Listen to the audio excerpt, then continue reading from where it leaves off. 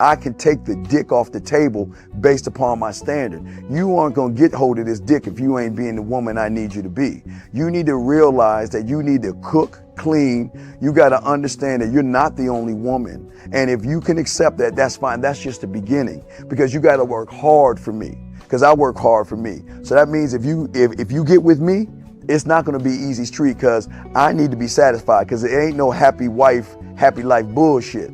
It's happy Steve, happy Steve. Being strong with self, understanding who you are, that is the biggest defense to bitch ass weak men. And there's no excuses for the men not to be strong. But see, there's so many forces, and then so many men are embracing weakness. I can't stand weak men. Like I don't like to talk to them. It's hard for me to talk to these losers. I've always been a winner at the winner's table. You know, I believe it's a sin to impregnate a woman who can't raise a child, you know, or impregnate a woman who's not fit to be a mother. And I think we have a responsibility in what we see today in these weak ass little feminine boys. I can't tell another man what to do, but I can't dress feminine. I can't wear nail polish. It's just something that I can't do. Why? Because if I'm walking down the street and somebody's having trouble with a flat tire, I want them to feel that they can come to me and ask me, hey man, could you help me out with this? Because those are the type of things that a man will help out with. So I need to look like a man so they can know where to come for help. Yeah, it is such a thing as toxic masculinity in the minds of bitch ass motherfuckers. Talk about masculinity, assertiveness, authenticity, transparency. How can a guy who's straight up and honest with what he does be toxic? If the media can train you to think something bad about it, you hear the word and you want to instantly have a certain reaction. You stop thinking, you start feeling. And when people learn to think and feel and not think through their feelings, that's when they can evaluate a person holistically. And they can say, is this toxic masculinity, or did I just hear something I didn't like? And why did I not like it? And then only let me go within myself to see why. I don't never look at no motherfucker and say, oh, that's a toxic masculine motherfucker. I never ever had, I didn't even know. That was an invented concept from a weak motherfucker that was like, I'm just tired of this motherfucker trying to tell me what to do and bully you over me with this bullshit. What's going to make you successful is just understanding who you are and getting your mind right and being happy with who you are. That is the thing that's going to really make you successful. Because after you get all the toys, after you get all these things going on, you've had sex with all the women you want to have sex with, you traveled all the places, you're still going to be you, and you're going to always come back to you.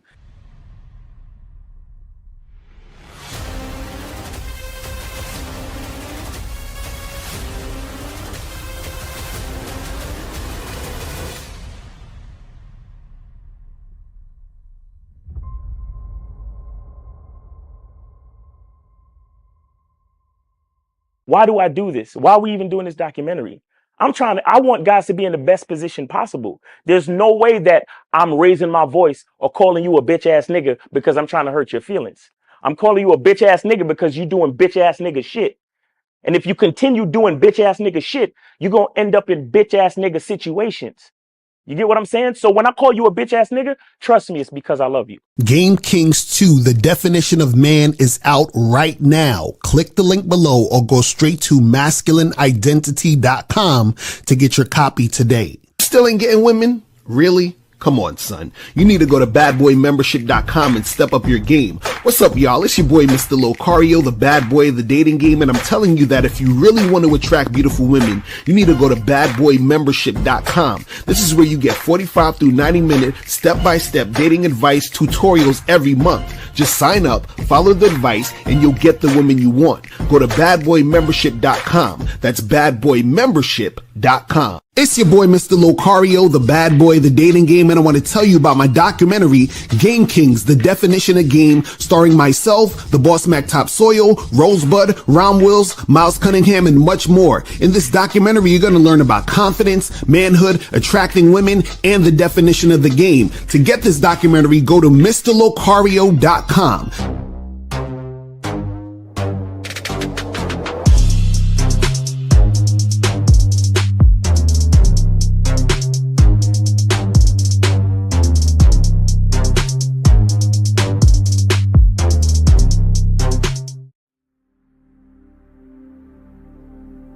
Some people think you need a sports car to get what you want. Some people think you need $1 million. Some people think you need looks, status. The only thing you need is what they can't get unless they come straight to you. And that's your identity.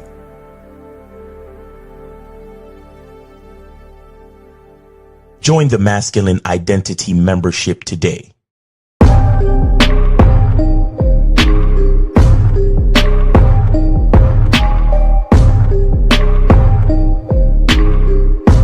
MasculineIdentityMembership.com. Masculine Identity Soap. This luxurious, quality, high lather, high moisturizing, all natural bar soap has been handcrafted with care and consistency to provide a quality cleansing experience for self-care, focus, and productivity. Specially formulated for cold showers. Stay clean, gentlemen. Masculine Identity Soap. Click the links below to get private one-on-one coaching sessions with Mr. Locario or Miles Cunningham to step up your game. These coaching sessions are designed to help you with your specific needs in the dating game. So make sure you click the links below right now so that you can step up your game today. Yo, we here. What up? Shout out to everybody in the chats. Shout out to everybody in the building. What's going on? Appreciate everybody tuning in. It's your boy, Mr. Locario, Miles Cunningham. Miles, what's going on, man? Hey, buddy. What's going on, man? Everything good? All right. Yeah, everything's good, man. Happy Friday to everybody, man. Hey, the sale. Wait, where? Oh yeah, is the sale still on today? Today's the last day. Today's the last day. This is the rose soap right here. So check that out. That's the rose soap. You know, we got the get it, guys. Don't wait. Hey, it's almost over, man. Go get your soap. 20% off. Type in LOVE love. Type in LOVE love on the checkout page. It'll be over 11:59 tonight. So make sure you use the thingy. And hey, I wanted to thank you, man. Locario suggested this movie to me. It's called Companion. It's in theaters right now. Yeah, guys, go watch that movie. That's a fact. Go watch that movie. And I don't want to say nothing about it because anything I tell you will kind of take away from the plot. You know what I'm saying? So just go watch the movie, man. They gave away too much in the trailer. I wouldn't even suggest watching the trailer. I would just suggest going into the movie. I was so mad. I was so fucking mad. I shouldn't have watched the trailer. I should have just went to go see it. But anyway, it's a good movie, guys. Go check it out, man. Go check it out. It's called Companion, man. But what's up with you, Locario? I'm chilling, man. Just out here, you know, living life, man, and just enjoying it, man. And happy Valentine's Day or Vagina-tines Day, whatever you want to call it. You feel what I'm saying? So, to all you guys out there, listen, man. Like Steve said, y'all had a whole week to get these thirsty females. So if y'all missed the window of opportunity, you know, tonight might also be an opportunity. So, you know, you can make it happen. You know what I'm saying? Go out here. There's some lonely ladies outside, you know, looking for some attention. So, so scoop them up, man. You know what I'm saying? You know, let them know what it is. You know what I mean? Yeah, and man. Capitalize off the fanaticism. Yeah, you know what I'm saying? And then you know, tomorrow morning just call it a day with them. You know what I'm saying? And the fantasy will be over. Oh, there's another movie you guys should see. I saw the other day that was cool called Hard Eyes. So if you guys like slash movie, your shit was good. That shit was no, that was gonna be my alternative. If you never told me about Companion, I would have went to go see Hard Eyes. Yeah, Hard Eyes is dope. Like it's funny. It's gory and bloody and shit. So if you like all that shit, you know what I'm saying? Like it's a good movie. It's like The entire thing was well put together. So because I thought it was going to be like, like you go into a movie thinking it's going to be like whack. Like I was expecting it to be whack. I was like, I'm going to watch this whack ass movie. And I was like, yo, this shit was kind of hype though. This shit was cool. I fucks with it. You know what I'm saying? So yeah, you guys should definitely check that out. That shit is cool too. But yeah, so guys, if you have a question, put a Q in the chat. If you want to call in, the calling number is 919-647-9392. 919-647-9392 is the number. You feel what I'm saying? So call up and get that crack in. And again, guys, make sure that you guys go get the soap you have until tonight. Also, make sure you guys go to badboymembership.com, go to masculineidentitymembership.com and join all the memberships. And also go to the new site, shoplocario.com. You feel what I'm saying? Make sure you guys get that shit cracking. Not Lucario shop Lucario. You feel me? Yeah. So go to shoplocario.com, get all my programs, get all the books, all that other stuff. You feel what I'm saying? So make sure you guys get that shit cracking. And what was what was I gonna say? I was gonna say something else, but I forgot. Go ahead. I'm sorry. No, and guys, if you have a question, put a Q in the chat and call up. And we want you guys to call up so we can talk to you guys, so you guys can get this game. All right. So today's topic: why most men have no options in the dating game. You feel what I'm saying? I'll talk about it later too, but I forgot. So guys, listen, you gotta come join me on the Monday night masterclass. Facts, real talk. Like I'm serious, and the numbers are getting better too. Like guys are coming through, and it's been fire. Last joint we did was how life tests your masculine identity. I had to break it up into a part 1 and part 2. Last week was part 1. I was only a third through the class, and we was already at like a hour and a half in. Right. You understand? That's how deep and detailed the conversations are, guys. Please, I'm telling y'all, like. And I'm not even saying it because it's my membership and I want y'all to join it. I'm saying it because the conversations, like the things that we uncover in these conversations and within the curriculum are super duper heavy. You understand what I'm saying? And I got a group of like-minded individuals in the group, and it's it's just a lot of heavy, deep ass game. And, and I don't want to give away too much, but I might have a special guest on the next one. You know what I'm saying? And he's one of the game. He's one of the, I don't want to do, like I said, I don't want to say too much. But he's one of the Game Kings in Game Kings 2. He's featured as one of the Game Kings in Game Kings 2, and it's not Lucario. So, come through, man. I'll be having guests from time to time. We be chopping it up, man. And like I said, how life tests your masculine identity, part 2, this Monday evening, 11 p.m. Eastern time. Make sure you join the Masculine Identity membership so you could be a part of it. All right? That's what's up. So make sure you guys go and get this shit cracking. Get up on there, man. I'm telling y'all I'm telling you, all the stuff that we teach you guys behind the scenes is so heavy. You guys need to get up on that. I'm telling y'all. You know what I'm saying? So make sure you guys do that. So today we're talking about why most men have no options in the dating game. And we're going to tell you guys how to get more options, because I know some of y'all who are watching right now, you have no options. You're like, damn, man, I haven't had any pussy since pussy had me. Like, it's hard out here in these streets. These women are out here flaking and giving me a hard time, being on some bullshit, give me the runaround, or I smashed this one chick, but she don't want to call me back or nothing. Like, all of these things are going down and you're not having any options, right? And so what you got to understand is that the reason why most men have no options, especially nowadays, right, is because what happens is that for most women, when they're dealing with men, right, or I should say this, most women have experience dealing with men in general, like a lot of different guys. So because women have experience dealing with a lot of different guys, whether they're hooking up with them, dating them, whatever it is, right, what happens is that women have a lower tolerance for dealing with guys who don't have any game. Because women nowadays can have access to guys, more and more guys who do have game.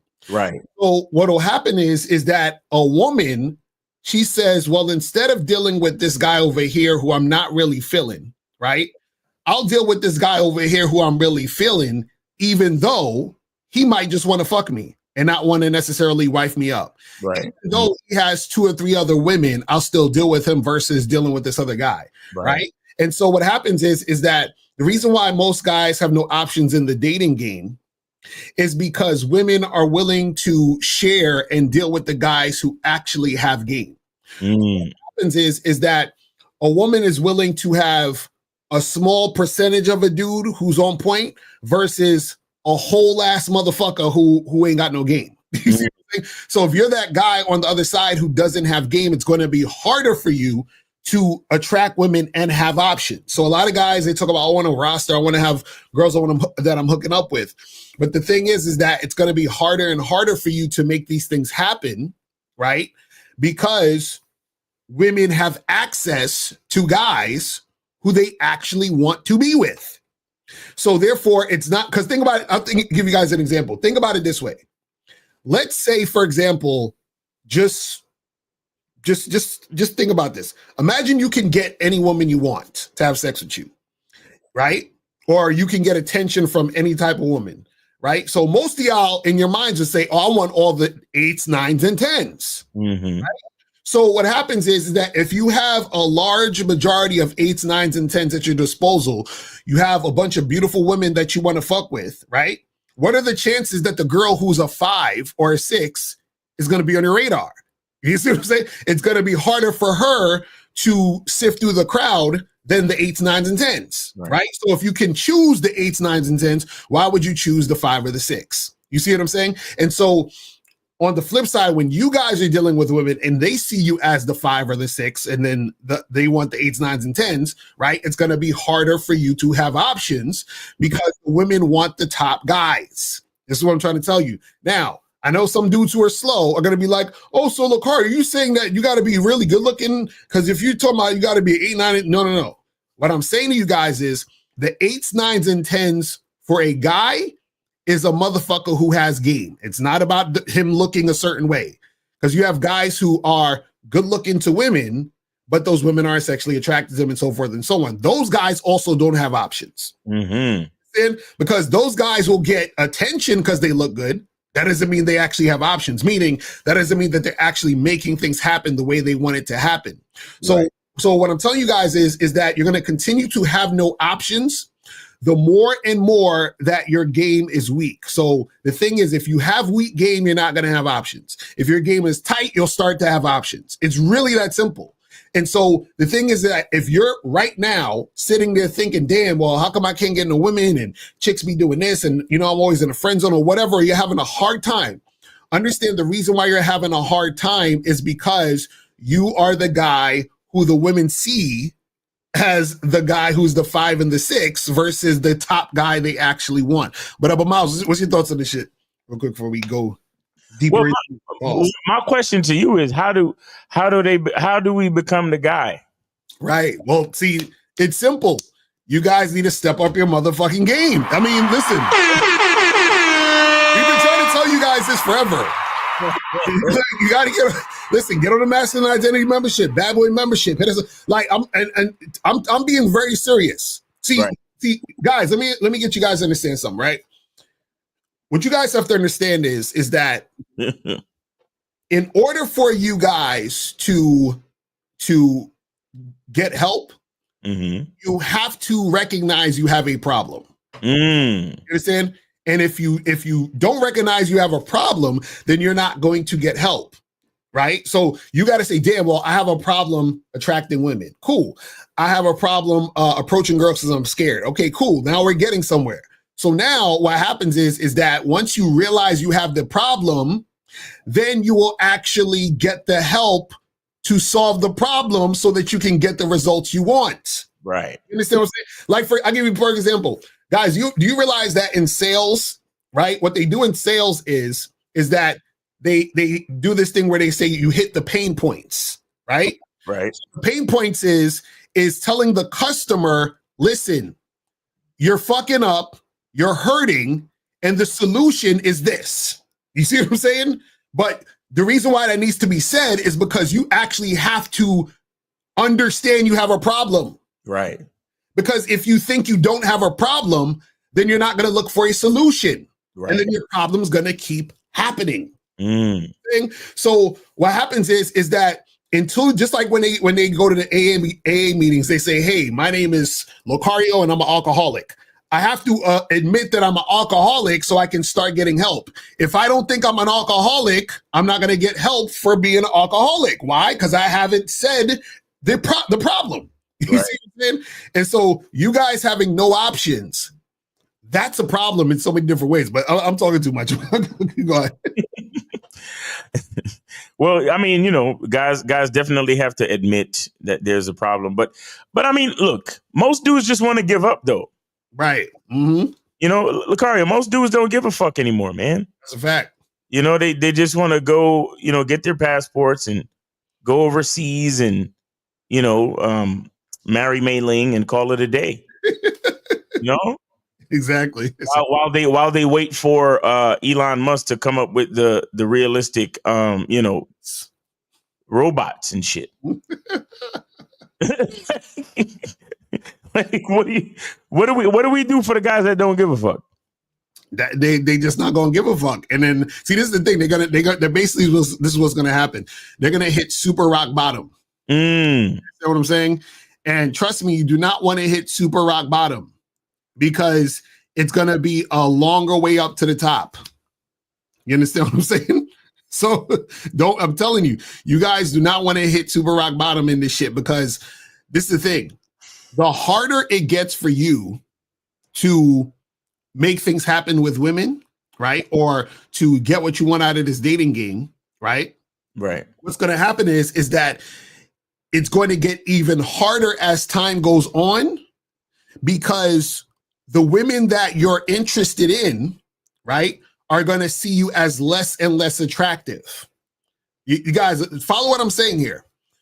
See, a lot of times people say social media changed the game, right? The only thing that social media did to change the game is it gives people more access.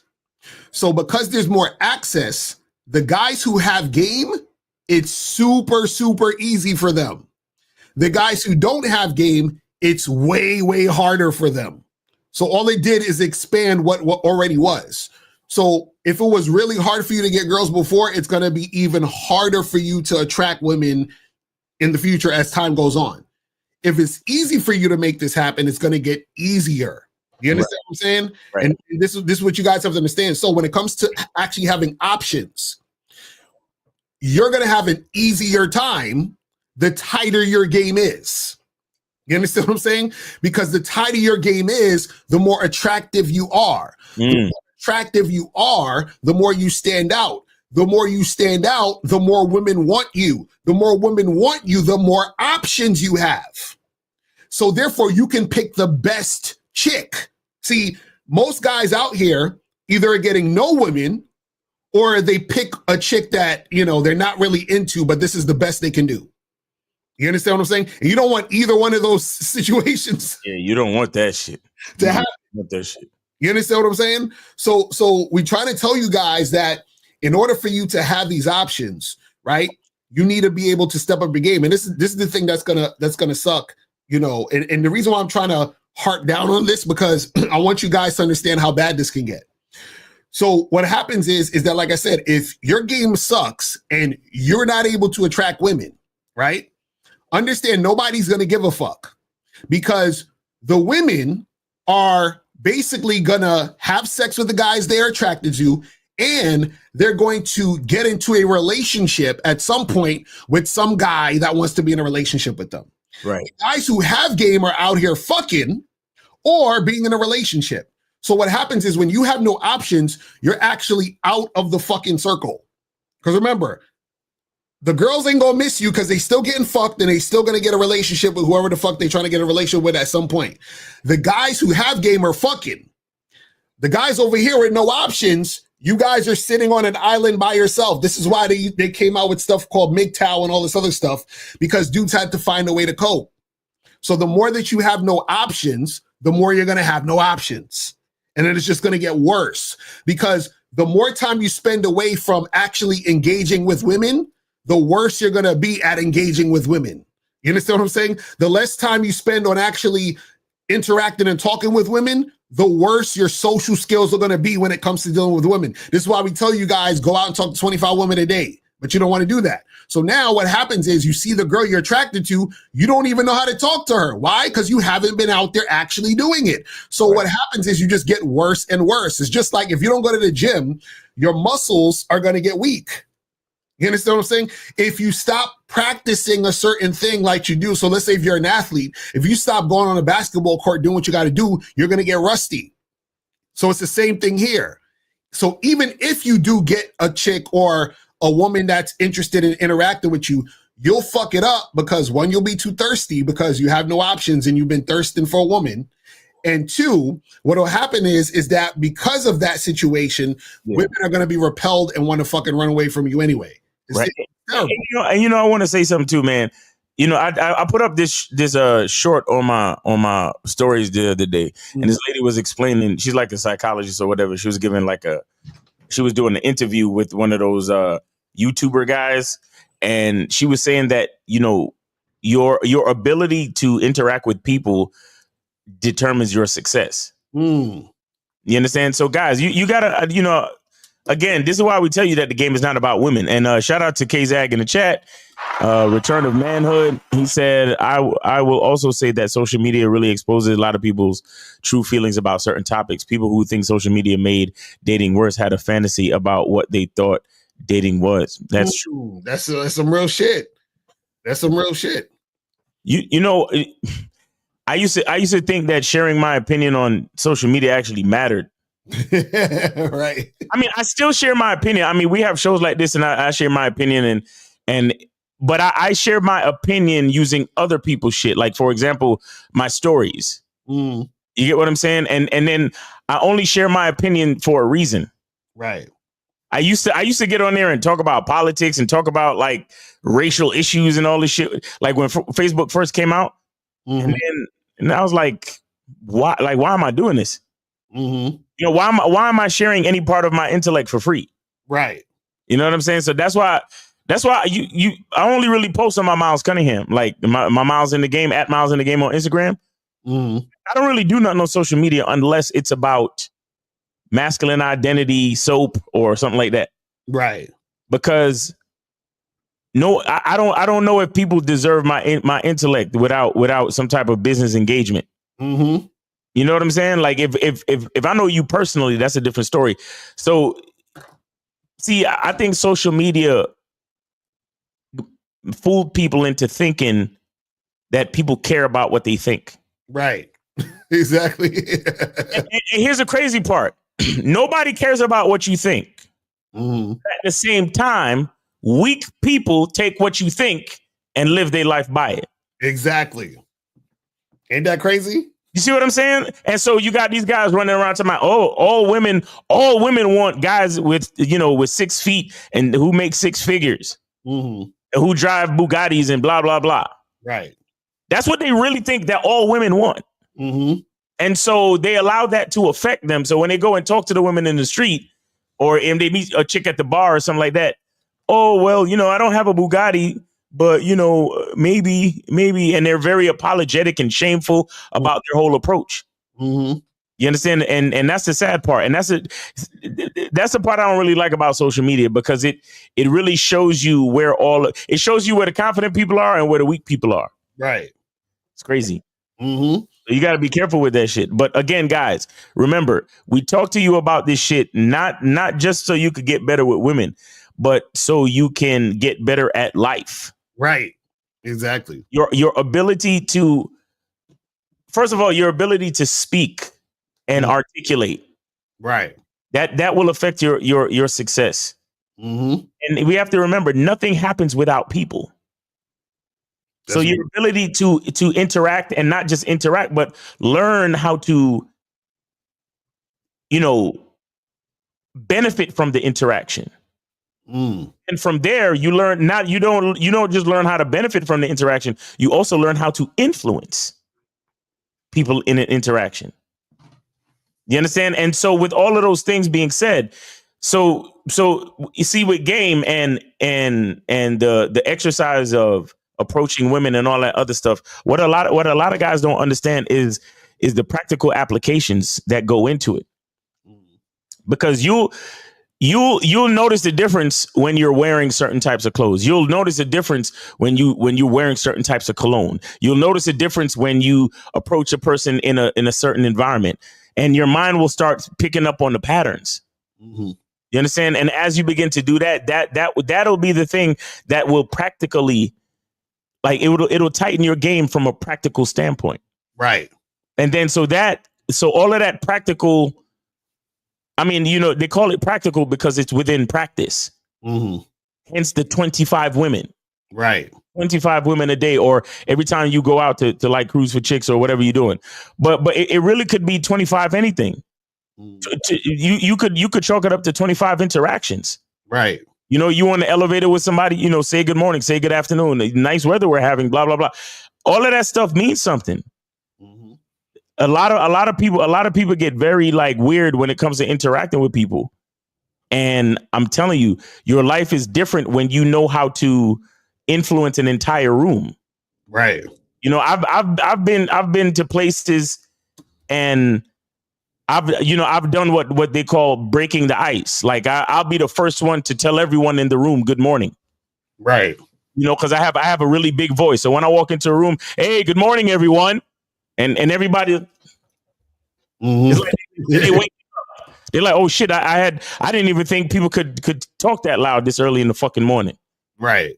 And then so it changes the entire room. So now you start seeing people, all of a sudden people start having side conversations. And the overall chatter volume in the room goes up. Why? Because a guy like me can influence the room. Right. You know what I'm saying? So it's certain things like that. So imagine your boss is sitting in the room and he sees that. So out of all of the employees, you come in and you say good morning to everybody. Right. And then he sees that you have the ability to influence the room. You don't think that count for something? Right. You don't think your boss might think to himself, wow, that guy right there could be a leader of men. Right. Let me give him an opportunity. Let me possibly think about him for a managerial position, and so on and so forth. But then you have the rest of you where it's like you're so used to only typing in shit on social media, you would never open your fucking mouth in real life. Right. So then that puts you in a certain box. So it takes away from your ability to influence. It takes away from your ability to interact. Mm-hmm. And so your social dynamic stocks goes down. And the more you don't want to talk to nobody, don't nobody want to fucking talk to you neither. Right. One hand washes the other. No, I'm serious. Because a lot of dudes just think this is about sex and dating. And bro, the more you close yourself off, is the more, and don't nobody want to talk to you either. Right. Because you think you're doing you're being spiteful to the world by saying you don't want to talk to them. Nobody want to talk to you neither, nigga. Right. That's what I was saying earlier. I was like, nobody cares. Like nobody cares. You're gonna be on the outside over there. Everybody else is doing what the fuck they doing. Yeah, nobody cares. and see. And again, that's the difference between you got people who are good salespeople. You got people who are super charismatic. Like I said, social interaction breeds patterns in there's a lot of psychology going on within social interactions. And then when you understand those things, influence is inevitable. Mm-hmm. And it doesn't have to be. And when I say influence, please don't. It doesn't have to be anything malicious. I'm not talking about manipulation. But I'm talking about your ability to influence, your ability to change the course of someone's day. Right. You understand? And of course that goes, and you have to understand that women are the accessory. Women dealing with women, because you're dealing with people who are emotional and all those type of things. They are the best type of people to practice with. Mm-hmm. They're the best type of people to practice with, because the emotionality, if you're paying attention, you understand how to use emotionality to your advantage. And again, not for nothing necessarily malicious, but you start to realize, oh, let me see if I could do this. Let me see if I could change her day. Let me see if I could get that chick that work at Foot Locker to get me a to give me a discount on these sneakers real quick. Right. You know what I'm saying? Let me see if I could get that, that reception lady to put my name at the top of the list. Mm-hmm. Let me see if I could get that person over there to give me the bathroom key, even though they claimed, the bathroom key is only for customers.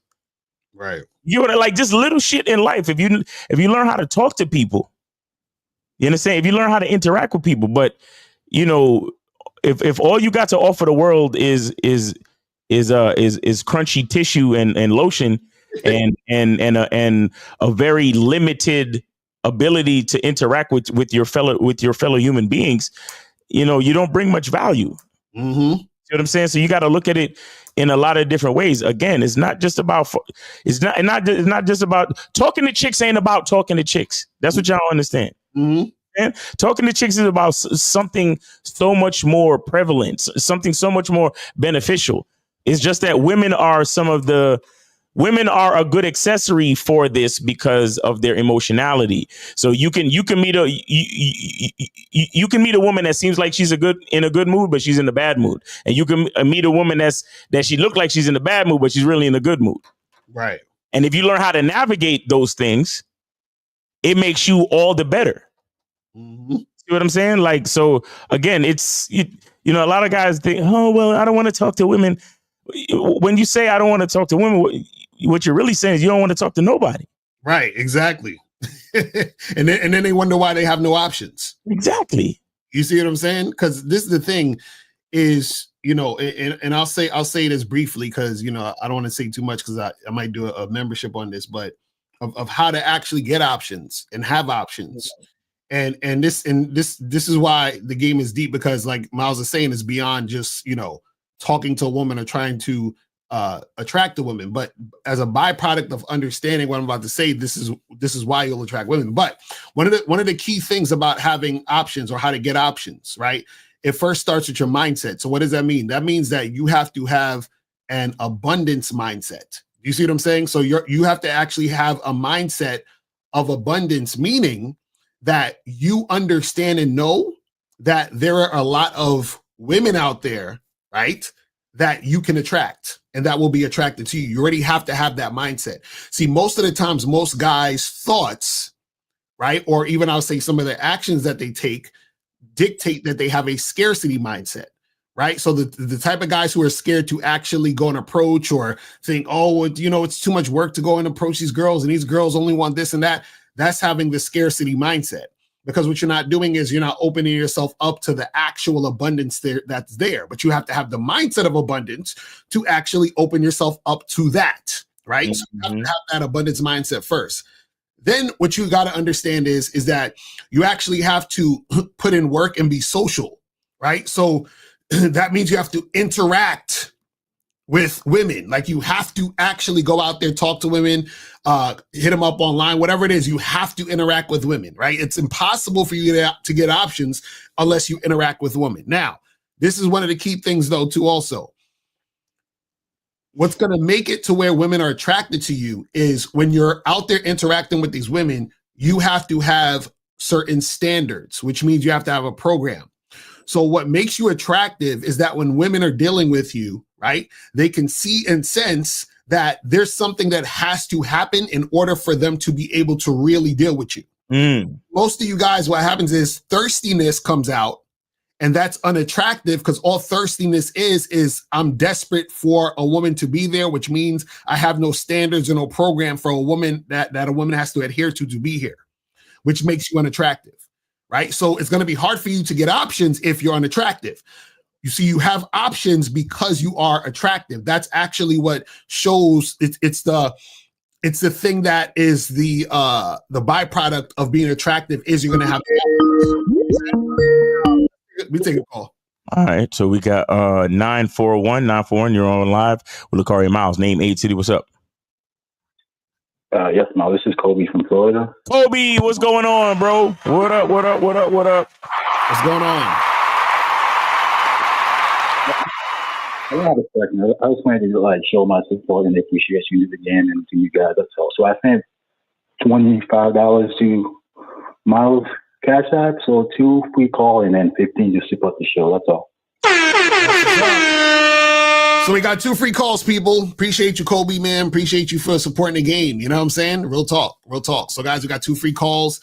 You guys want to call up. And if you guys have a question, put a Q in the chat. You feel what I'm saying? So we make that happen. Yeah, thank you very much for taking my call. Yes, sir. Appreciate it, man. So guys, I'm telling you, you got to have that abundance mindset. You got to put yourself out there. You got to have the standards, right? With women. And also what happens is that, you know, once you start interacting with women, they start grabbing. Wait. All right. Y'all be calling happy as soon as the calls come in. All right. Yeah, for real. All right. So 570, you are on live with Lakari Miles. Name, age, city. What up? What up? It's Charlie. Yo. Listen. I say the 3 numbers at the beginning for a reason. Look at your own phone number, and it has to match the numbers that I say. Okay, so only 570 should be talking right now. All right? Yeah, I'm talking right now. Thank you. Go ahead. I appreciate it. Thank you much. Hi, this is Charlie from PA, and I'm 25, and I donated to the PayPal or whatever. I Talk to Media. All right, thank you. We appreciate it. I got it. Yeah. Go ahead. All right, cool. All right, thanks for taking my call for the both of you. And anyway, so my question is basically about attachment. My question is like sometimes I'll like get angry or, you know, sad about a situation, you know, whatever it is in the world, you know, it doesn't necessarily have to be with women or something. It could just be like an event I see out in the world, you know, like in the news or whatever, you know what I mean? And my question is like, is it like necessarily wrong to like feel that in the moment, or should you just be like so, I guess, detached from trying to like feel certain things and just try to, you know, like you were saying, Miles, like never let anything interfere with your masculine identity? Or is that just like part of the game, or just like sometimes you will feel stressed or sad or whatever, but you just keep going forward?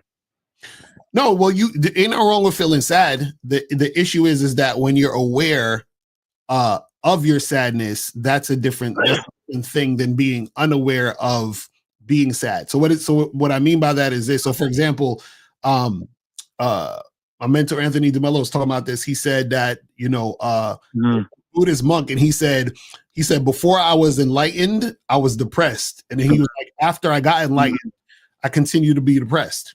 So basically, it's the sadness and all that shit will still happen. I see what you're saying. Right, the way you look at it is different. So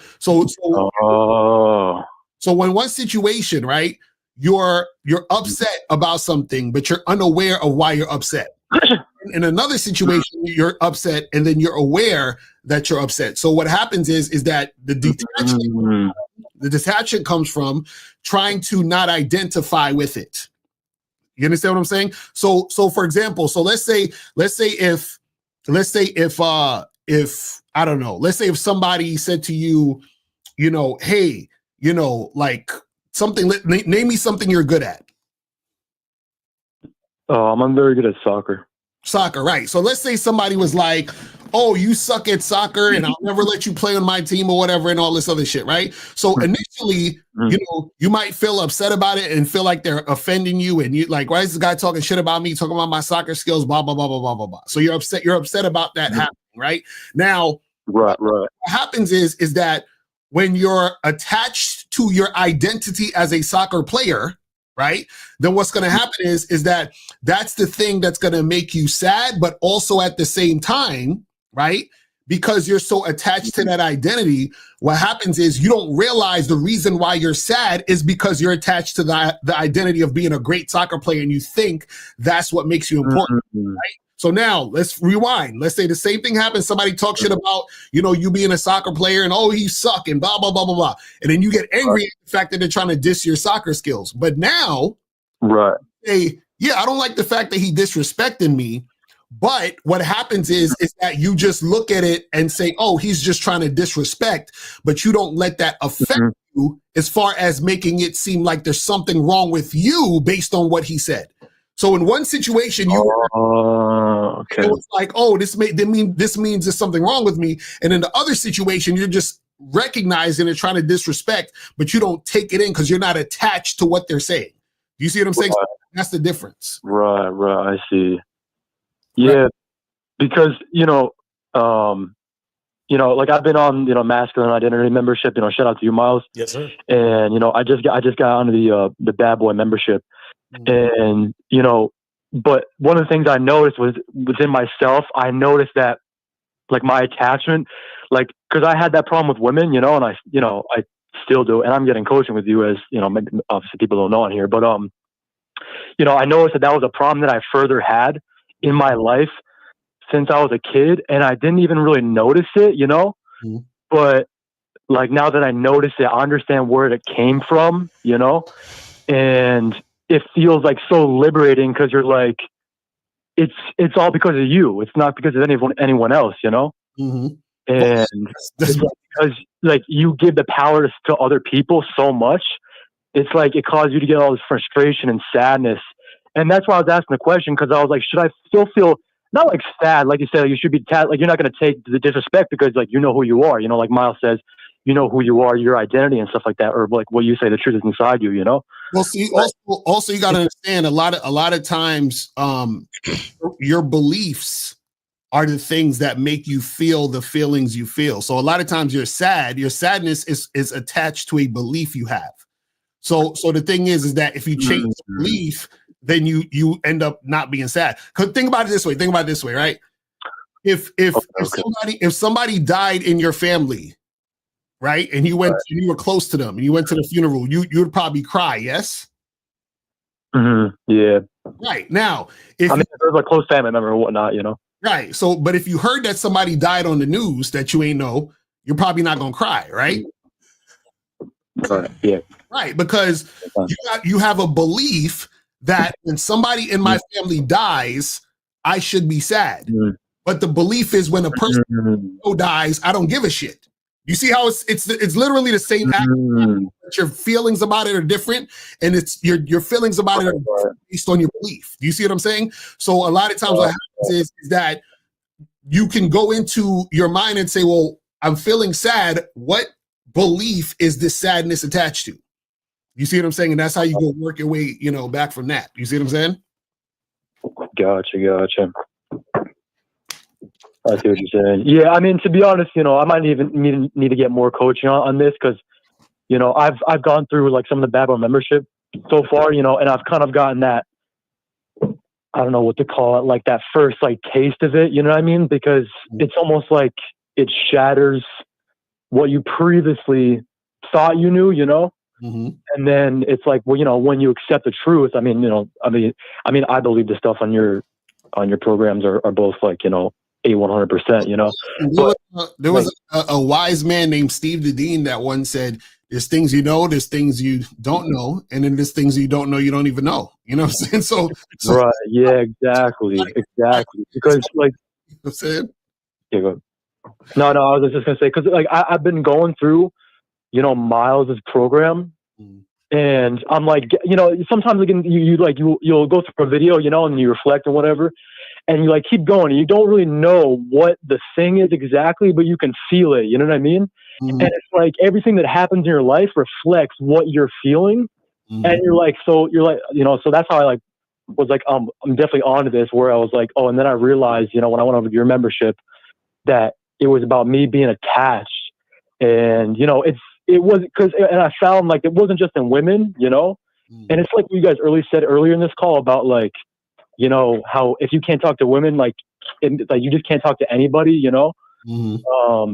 it's like,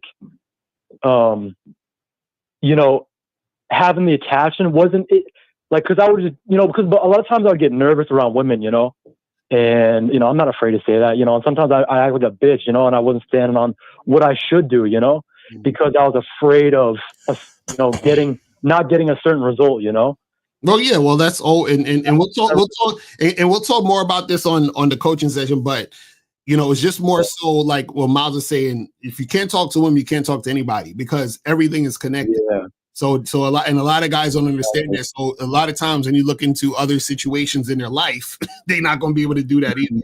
You know what I'm saying? But yeah, we'll talk more about this later because we could be on this all day. We got for sure. You know what I'm saying? Yeah, for sure. All right, Caller. Thanks for the support, you bro. guys are the best, though, for real. Honestly. Hey, No thanks doubt. for the support, and I'll see you on the Monday Night Masterclass this Monday.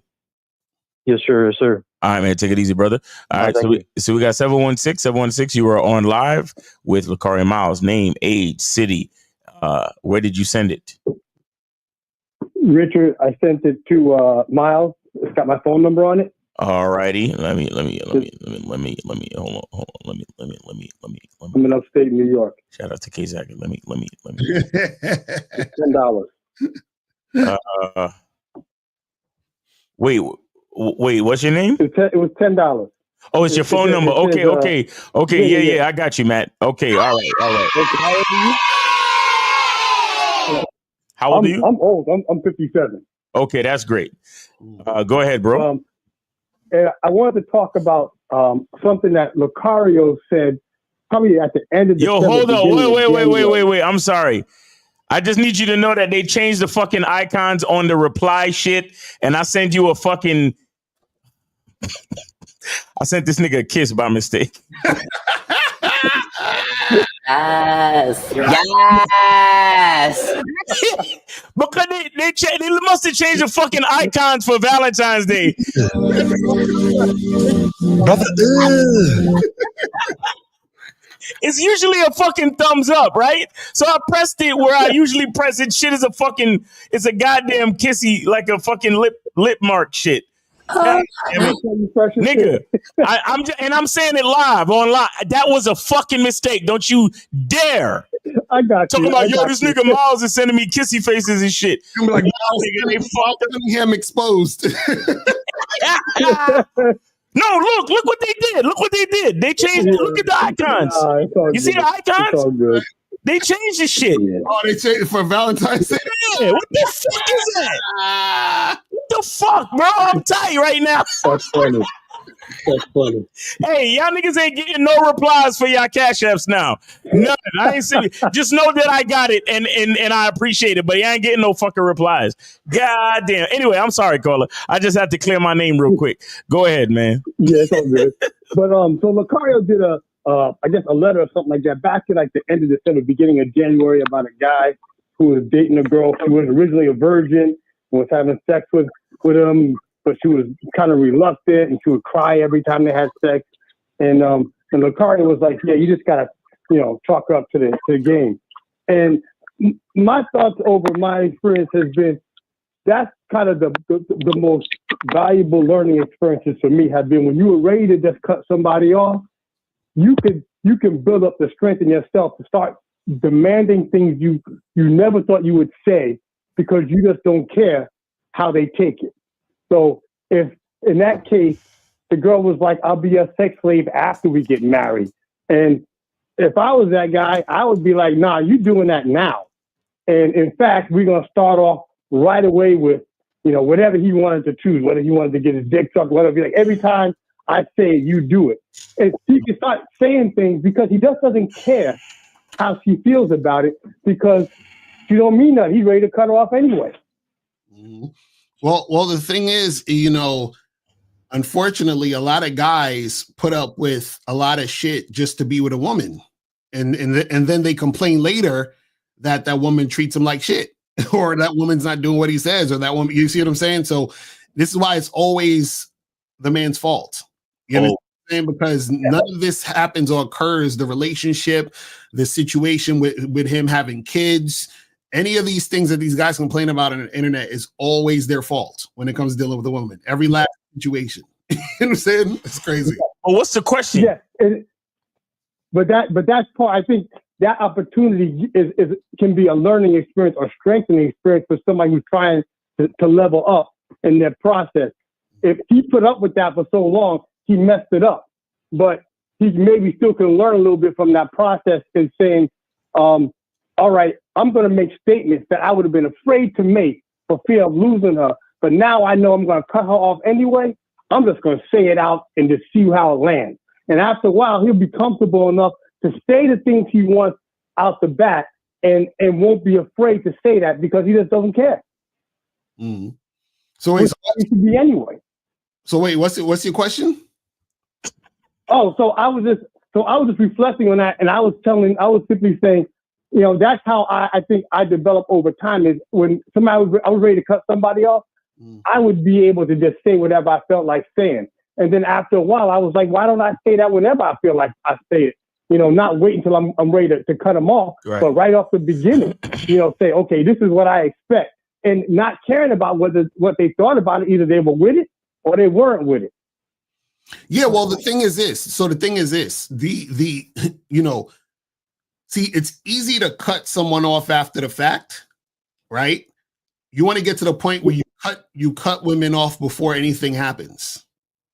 And so the problem is that most guys can't do that because they're hoping that they'll get something out of the situation. So for example, let's say you know a guy's talking to a girl and she's like one of the hottest chicks he's ever talked to. But then he realizes, oh damn, she kind of act a little weird and she don't really be listening to what the fuck I'm saying. So he should cut it off then. But he's thinking, damn, but I want to smash, but damn, she looks so good, but damn, I want to, you see what I'm saying? So he needs to be able to cut that off before any of that could even happen or occur. So basically what I'm saying is that you want to get to the point where you're able to cut off a situation that you still in some form of fashion may desire. Because what happens is that you choose yourself over the woman. And that's what most guys can't do. They can't choose themselves over the woman. And the reason why they can't choose themselves over the woman is because they have a scarcity mindset, which is why I said earlier, this is why a lot of these guys don't have any options because they're scared to let a woman go because they're like, but she bad though. How many times we heard dudes come up with all these fucking crazy stories and bullshit they dealt with women because she's bad. You understand? So they continue because she's bad. But the reason why they're continuing and use an excuse that she's bad is because they don't have the strength to cut it off at the moment when they know they should. You see what I'm saying? That's what really needs to happen. Yeah, I got you. What is it? Well, that's all I wanted to say. I just wanted to put that out there, you know, in terms of, you know, how I think I developed over time is, you know, at some point when, you know, you're going to mess up as you develop. And as part of that process, use that mess up as a way to build yourself up going forward. Yeah, exactly. Yep. You know, you accept a girl that you would not, like I accept a girl in the past that I wouldn't accept now. But and at the same time, in that past, when I realized I messed up, then I built something up out of that I could bring forward for myself. You know, that guy, he just cuts her off, then he didn't really bring nothing forward from that process. And now you're going to start all over again in the same exact place. Right. Nah, real shit. Real shit, man. All right. Thank you, guys. Yeah, appreciate you. Y'all. Yes, sir. Appreciate the call, brother. All right. So we got okay. I think what we got here? We got 337 call back, and I think it was one other person. But yeah, 337, go ahead and call back if you want to call back. All right, 337, you're on live with Akari and Miles.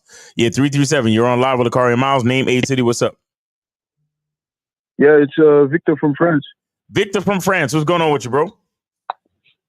I'm chilling. How you guys doing? We good, man. We good. Happy Friday. Happy Friday. Thank you. Yep. I think there's like it's a free call, right? There were 2 free calls, right? Yeah, go ahead. You can take one of them. Okay, thank you. I had a question about approaching women. Like when you make sure you're on point, like you dress well, you smell good, you have a fresh haircut, and you approach a lot of women, but you still don't get what you want. Like, how do you deal with that? What? You said you look good, you smell good, everything is on point, and then you don't get the women that you want? Yeah, you don't get like results. Like you approach women, but still don't get like the kind of like feedback that you would want to get Yeah, that's impossible. It doesn't happen that way. Yeah, but like I've been approaching women, and I make sure like I have a fresh haircut, I dress well, I smell good. Wait. How you do all that and you homeless? Hello? Yeah, I said, how do you do that and you're homeless? It's easier in France. Because I know people that help me with that. Okay, so when you approach these women, what do you tell them? Je m'appelle. I introduce myself. Je m'appelle Victor. And I ask them. I introduce myself, and I tell them what I want. Like I ask them if they're single, and then we get into a conversation, and then I tell them what I'm looking for. What do you tell them? That I'm looking for something casual. Okay, and casual like how? Like I tell them that I want to grab drinks, and if the vibe is right, then eventually, get to the bedroom. Hey, Victor, you say you want to grab drinks. What else do you want to grab? I want to grab them titties. Who's paying for the drinks? See, you see, I want to grab that ass. You see, that's why you ain't getting nothing, because you giggle after you say it. Right, exactly. But who's paying for the drinks? Who's paying for the drinks? The chick. I'm. When I. Hold on. Wait. I tell them. Wait, does she know she's paying for the drinks? Yeah, I tell them. Like my financial situation is not what it should be at the moment, so she's gonna have to take care of the drinks. That's what I tell them. Okay, and then what happens after that? Well, I've had situations where the chick actually paid, and things like, because before, like this is new to me, right? Because before I was getting shit, shit was popping off, right? Popping. But it's been like months now that I've not had any like new pussy, like nothing new. So tell me a time where you talked to a girl, you said, let's go get drinks. You told her you're going to pay for everything. And then what happened after that? Well, we ended up smashing. How? Where? At her place. She had her own place. Okay. The vibe was right. I told her what we were gonna do, and she was down with it. And how many times have you done this? I've been listening to you for like, I think like 3 years now, Lucario. How many times? Applying like the direct approach that you preach. Caller. Just answer the question that he asked you. How many times have you done this? 52 times. That's my body count. How many? 52. So 52 times you've met women, told them to pay for the date, and then you smashed at their house 52 times? Well, I didn't go on a actual date every single time. Like sometimes it was just straight like sex. No, I'm saying that's what I'm saying. I'm saying 52 times it's happened. Yeah, 52. Okay, so if it happened 52 times, then what's the problem? I don't know, man. I've been approaching. Like I'm approaching. I'm being direct. I'm being confident. Like I actually go up to women, with a certain amount of confidence, right? But it's just not going how it needs to go. So when was the last time? When was the last time? When was the 52nd time it happened? When did that happen? It was like, I think up till now, it could have been like 4 or 5 months ago. So 4 or 5 months ago. So within 4 or 5 months, you've been out here talking to different women every day, and it's never happened again? Hello? Yo. Yeah, I think we're back. We're back. Go ahead. Yeah. So what I'm saying is, within the past 4 months, right? How often were you out here talking to women? Pretty often. Like I would go out with my friends. Okay. How many times per week? Per week? I talk to women every day, man. Call her. We need a number. Yeah. A number, like in a week, how many times I go out to talk to women? Yeah. How many women are you talking to? Hello? How many women are you talking to a day in the past 4 months? At least like 50. So 50 a day in the past 4 months? Yeah. Yeah. Why did I lose my fucking? I gotta upload that. Why you fucking lying shit? I got it. I didn't upload it in my new joint. Oh my mom! Why are you lying? Why are you lying? Swear to God. I want it. Why are you lying? You lying. Yo, I swear to God, I'm not lying. Yo, Lucario, I've been watching your shit. Caller, it doesn't make sense. You understand what I'm saying? Doesn't make sense. Yeah, but Okay, I know it doesn't make sense. But it is what it is, though. Listen, let me explain to you how ridiculous you sound. You said this worked 52 times, right? Now, you said within the past 4 months, you've been approaching women every day, 50 women a day. You understand what I'm saying? Yeah. So we'll come up to about 6,000 women. So you're trying to tell me you went from smashing 52 women to no women out of 6,000? Yeah, well, see, this is the thing, though. I've already called, like, previously to speak about something that I think helps a lot, right? Which is, like, I'm a very, like, muscular dude, right? Victor, stop trolling. We got any other calls? I'm being dead ass, though. I'm serious. Like, yo, Lucario, I swear to God, like, Wait. What are you doing in France? What do you mean? What am I doing? What the fuck are you doing in France? You don't sound like no French nigga. What are you doing in France? I'm not French. I'm Nigerian. But what are you doing in France? What are you doing over there? You studying? You got a work visa? Yeah, what are you doing? I used to study, but now I'm looking for a job. You know, I'm actively now I looking know for a job, you but I lying don't have because papers. Nigerians be scamming. Nah, I ain't scamming. I ain't on that bullshit though. So caller, what are you doing outside of talking to women with your life? Well, I go and look for places I can work at, and pretty much I do music. I rap. Oh my God! And who are you staying with? Who are you staying with? The gym. I'm kind of like I'm a gym rat. Who are you staying with? I'm not like I'm at the airport. That's where I sleep. And when I wake up, I go and look for places where I could work. I could work in. So where are you taking a shower and getting your clothes and all that other shit from? The gym. No, where are you getting your clothes from? The gym. You steal people's clothes at the gym? No, clothes. I go to like they have like these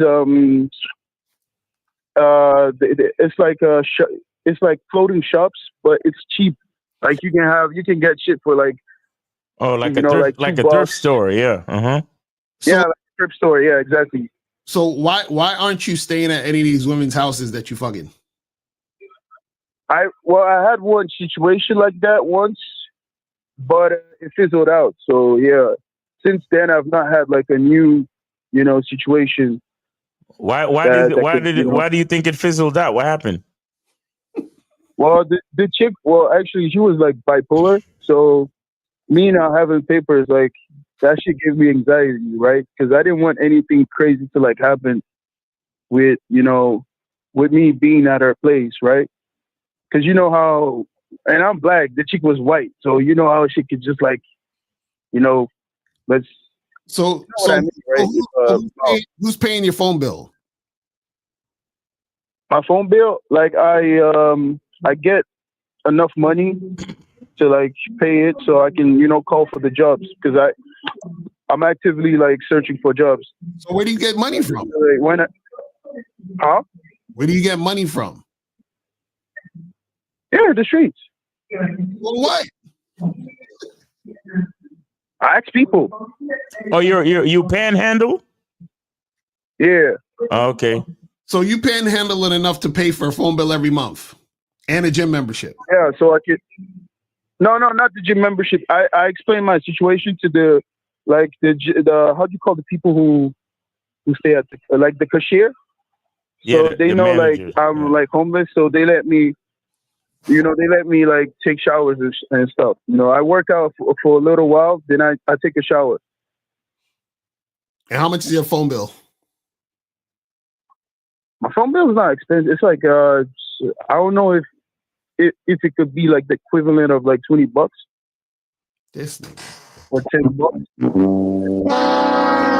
Get him out of here. He lying. Get him out of here. No, I'm serious. Of course, I ain't lying. And I usually never tell you to hang up on niggas, but Actually, I actually believe him. I just don't think he's good at articulating.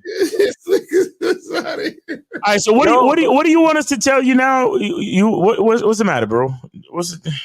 No, like I feel like when before I started working out, I was like not in my best shape, right? Uh-huh. And Lucario, you were speaking about this. I think. Okay, stop. Here we go. Let me see if I could do something here.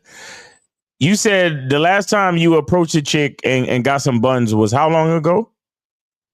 I think 5 months. 5 months. 5 months. Or 4 months. Okay, so let's just say 5 months ago. Were you homeless? Yeah. Uh-huh.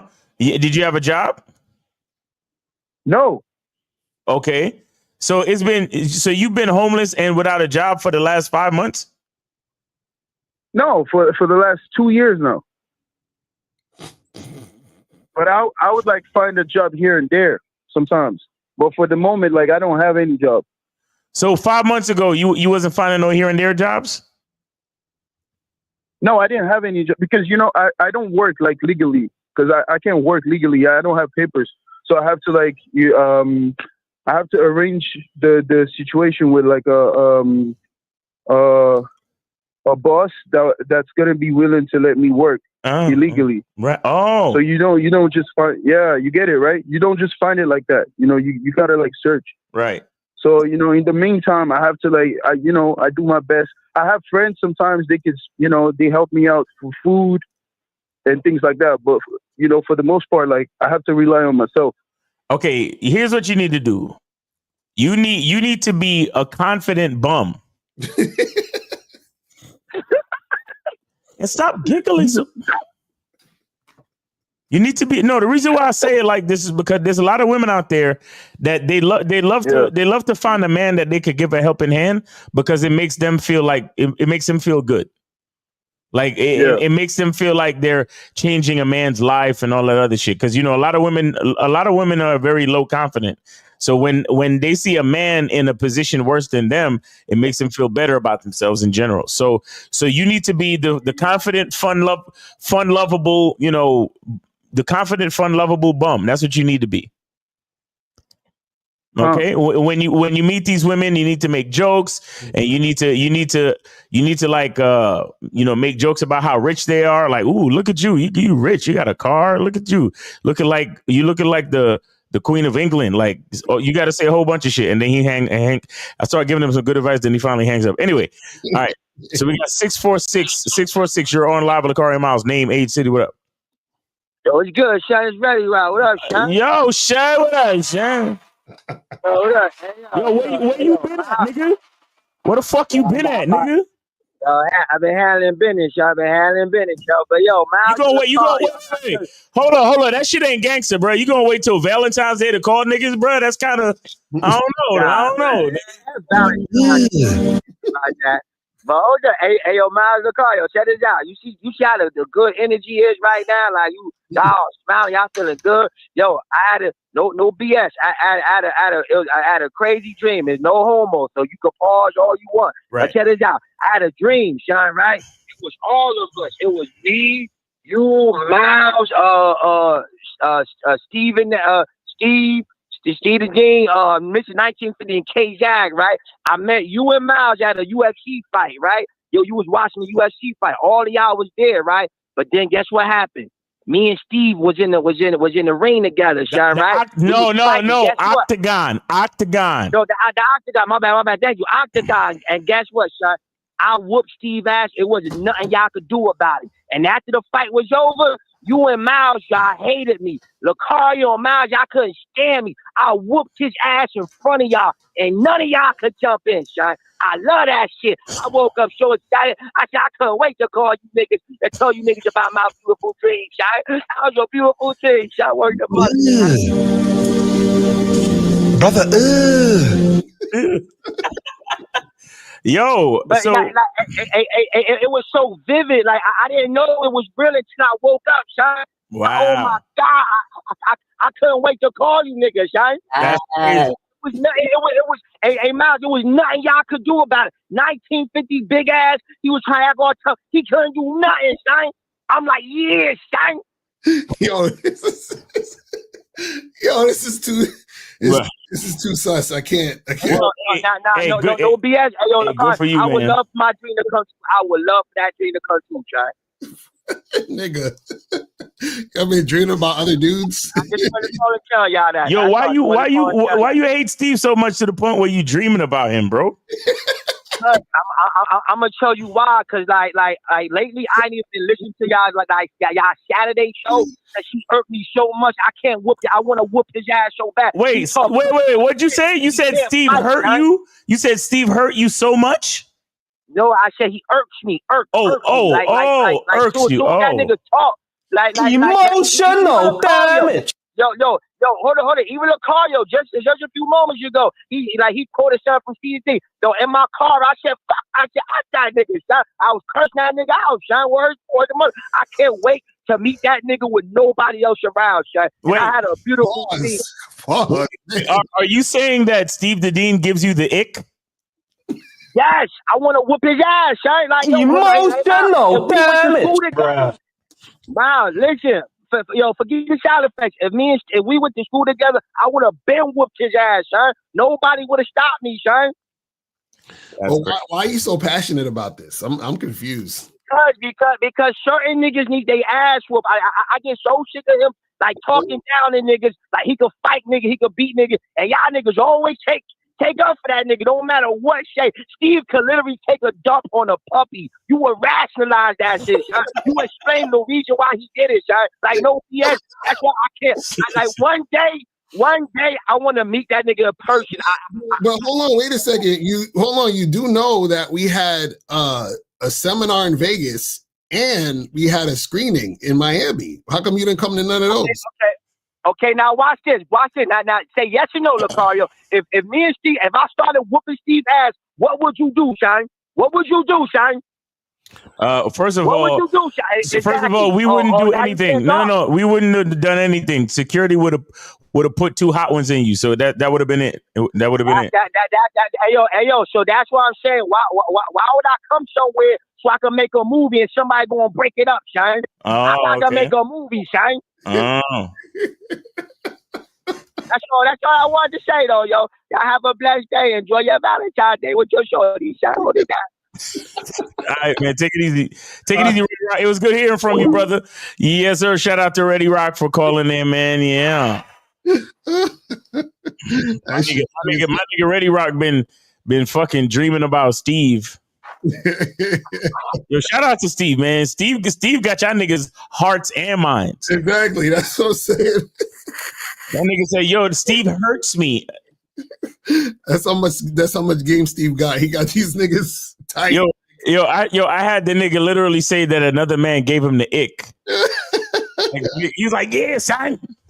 Bro, you supposed to be like, no, you could only give the ick to a female. Only females say that.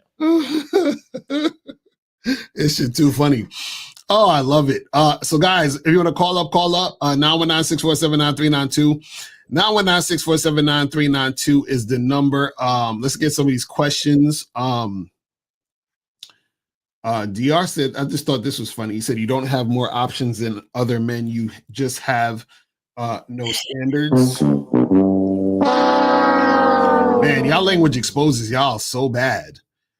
So basically what he's saying is that, and I know exactly what he's saying. So in his world, standards means how hot a girl looks. So what he's saying is that the reason why he doesn't have options is because he only tries to get to the hot women, and none of the hot women want him. So he doesn't know what to do with himself. You know what I'm saying? So that's what happens. So this says, what would you guys tell your teenage / college age self if you could give your younger self one piece of advice? What would it be, about life and women specifically? I would just say learn the game. That's what I would tell my younger self. And I would tell myself to put myself first. Right. It says, a woman called me 3 a.m. this morning. I didn't answer. I called the next day. She hung up in my face.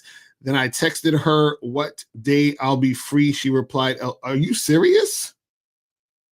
Nigga, you can't be serious. Like, are you serious though? Like, is he serious? This nigga said, like, what do y'all? You said she called you at 3 a.m. You didn't answer. You called her the next day. She hung up in your face. Then you texted her, asking her what day she. Why would you text her after she hung up in your face? That's what I'm saying. Like, what are y'all doing? If she hung up in your face, that's over. First of all, why is she calling you 3 a.m, right?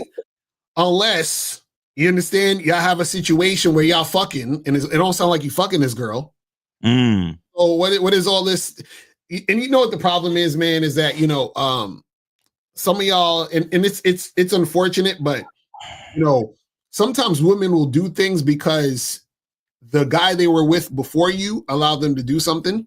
So they think it's cool for them to do it with you. So, sometimes you got to tell chicks like, hey, listen, you can't be calling me like this. You know what I'm saying?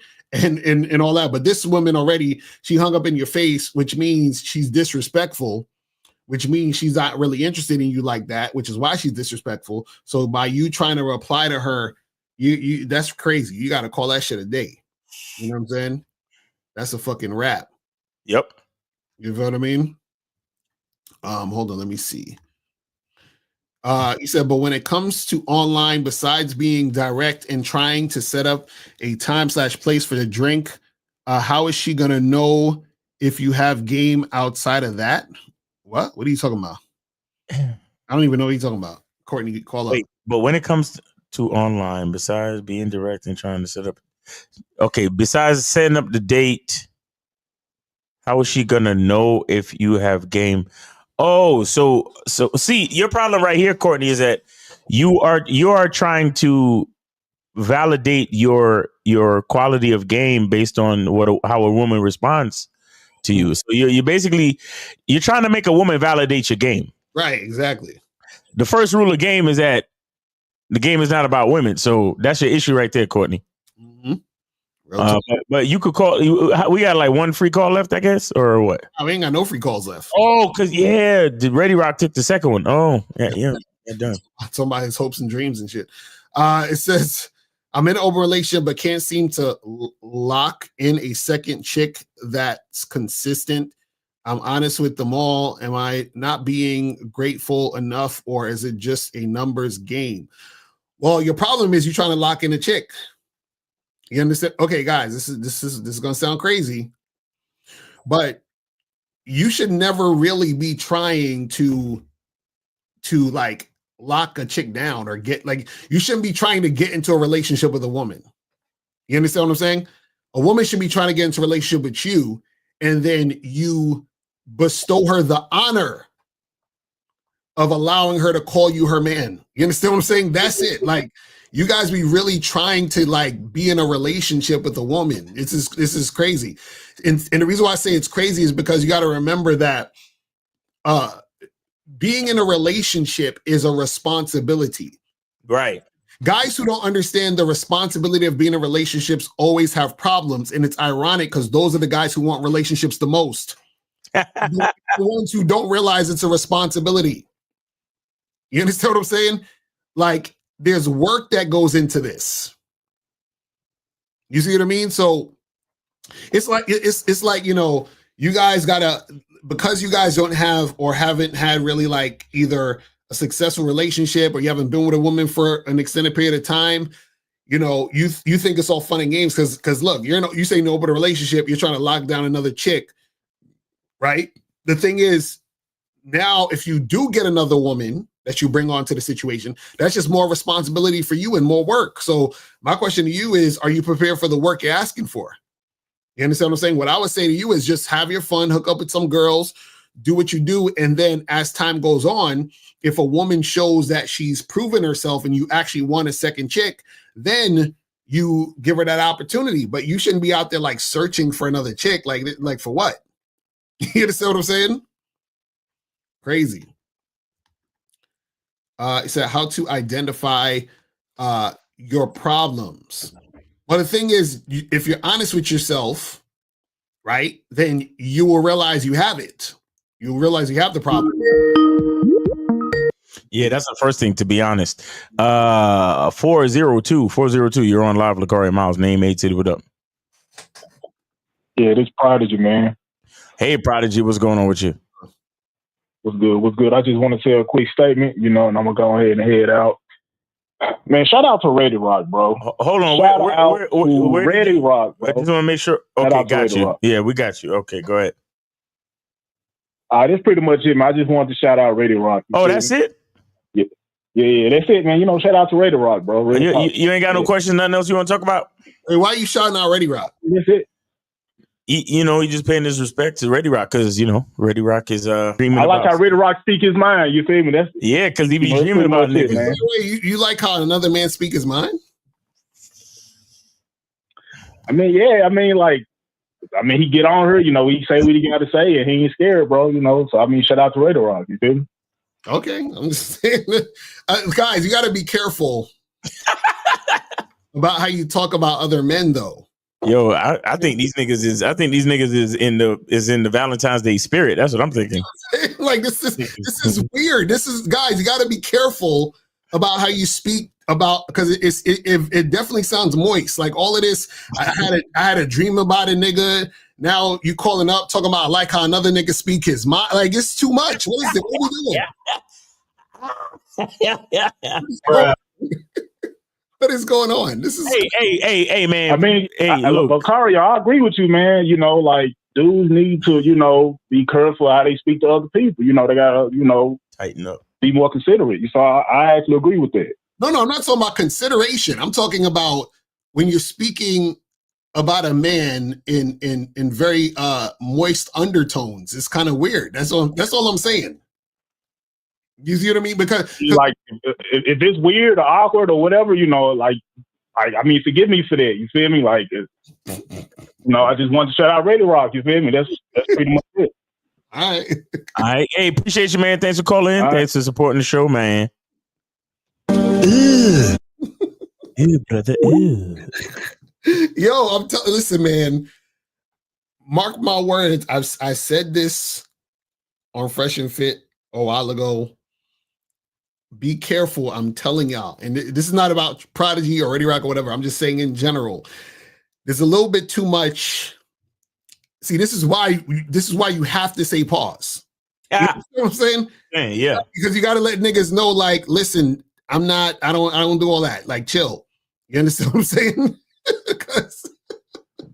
because I'm telling you, the way shit is going now, remember, we talking about niggas with no options. Right? Because think about this. Why do you think motherfuckers in jail be doing that gay shit? Because they don't have the option to fuck with women. Right. So if you have guys out here in the free world who don't have options to fuck with women, what do you think the next thing they're going to do? You see what I'm saying? So this is what I'm saying. Be careful about, what you're saying, because it's a slippery slope. You understand? We already got dudes doing live streams with niggas taking their shirt off. You understand what I'm saying? So I'm just saying, this is how things can occur. That's all I'm saying. You know what I mean? So be careful. That's all I'm saying. Just be careful with that bullshit. Hold on, let me see. Where we at? It says, I saw a show from Tuesday that caused a thought. Lakaria, you only know for sure that a woman is down to fuck due to cooperation and consistency. So what happens when she follows but doesn't fuck? That means that's not consistency. That means she's not following you. Consistency and cooperation, or I should say cooperation, means all the way through. You understand? Yeah, facts. So if you tell her to do 10 things and she does 9, she's uncooperative, because her being cooperative means she needs to do all 10 things. You understand what I'm saying? That's how it works. What?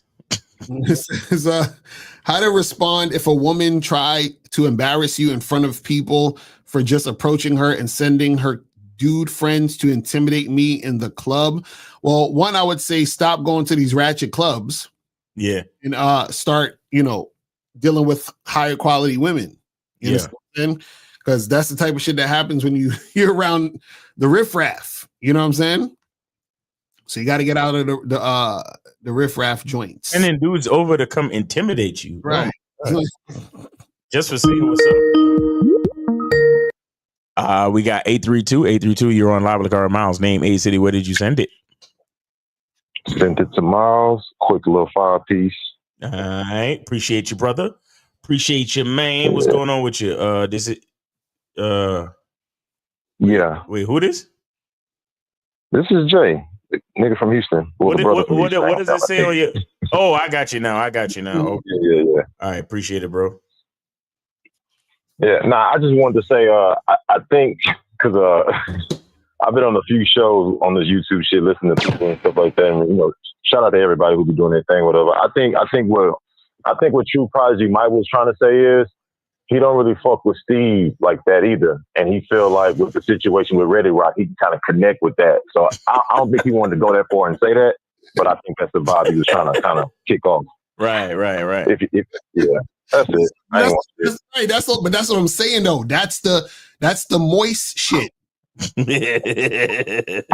because if I shout you out because you like a nigga I don't like, that's weird.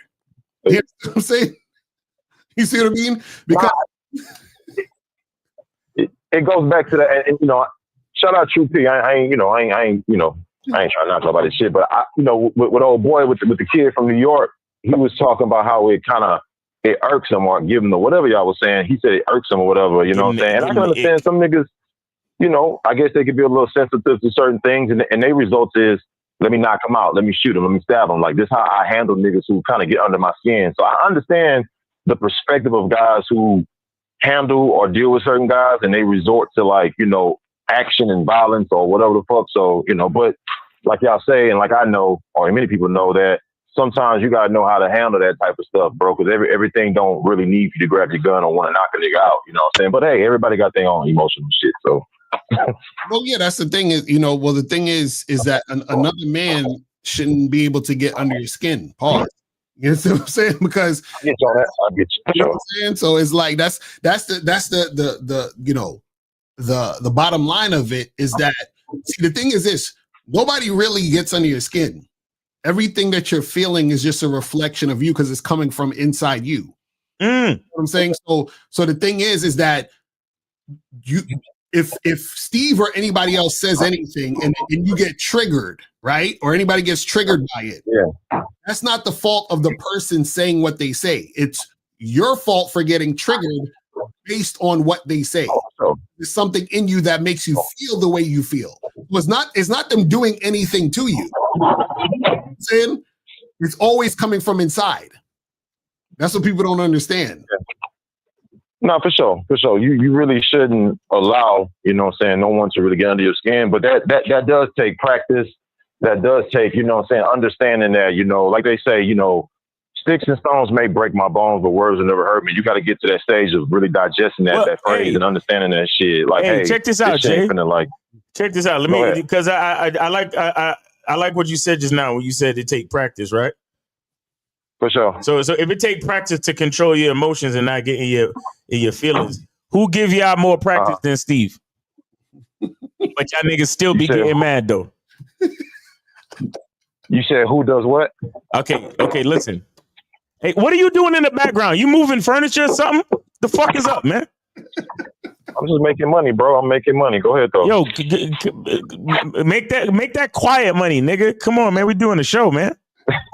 Golly, go ahead, y'all niggas ain't got no respect when it comes to this audio. But anyway, you said out of your mouth that it takes practice to keep from getting in the nigga feelings, right? Yeah. For a dude to be able to control his emotions, it take practice. That's what you said, correct? For sure. Okay, so understand, if that's the case, who give all of y'all niggas more practice than Steve? When you say y'all, are you talking in general? Any one of y'all niggas that get mad. No. Listen. I don't give a fuck. No. Listen to me clearly. I don't give a fuck. I don't give a fuck about direct or whatever. Any one of y'all niggas that get mad at what Steve got to say. Any one of y'all niggas, you or anybody else. I don't give a fuck. But my question is, all these years that we've been doing the Real Game No Theory, that Steve been on YouTube and all that shit, shout out to Steve, who give y'all more practice than Steve to learn how to not get in your fucking feelings, but yet still today, y'all niggas is still having dreams about fighting this nigga? Right. So let me give you an answer, because now you're raising your voice. So now I see how things have got under your skin. But my bad. Hold on. Let me do it over. No. I caught you. Let me do it over. Let me do it over. My bad. Let me do it over. So listen. No. It's cool, bro. You just said no. Let me redo it. Let me redo it.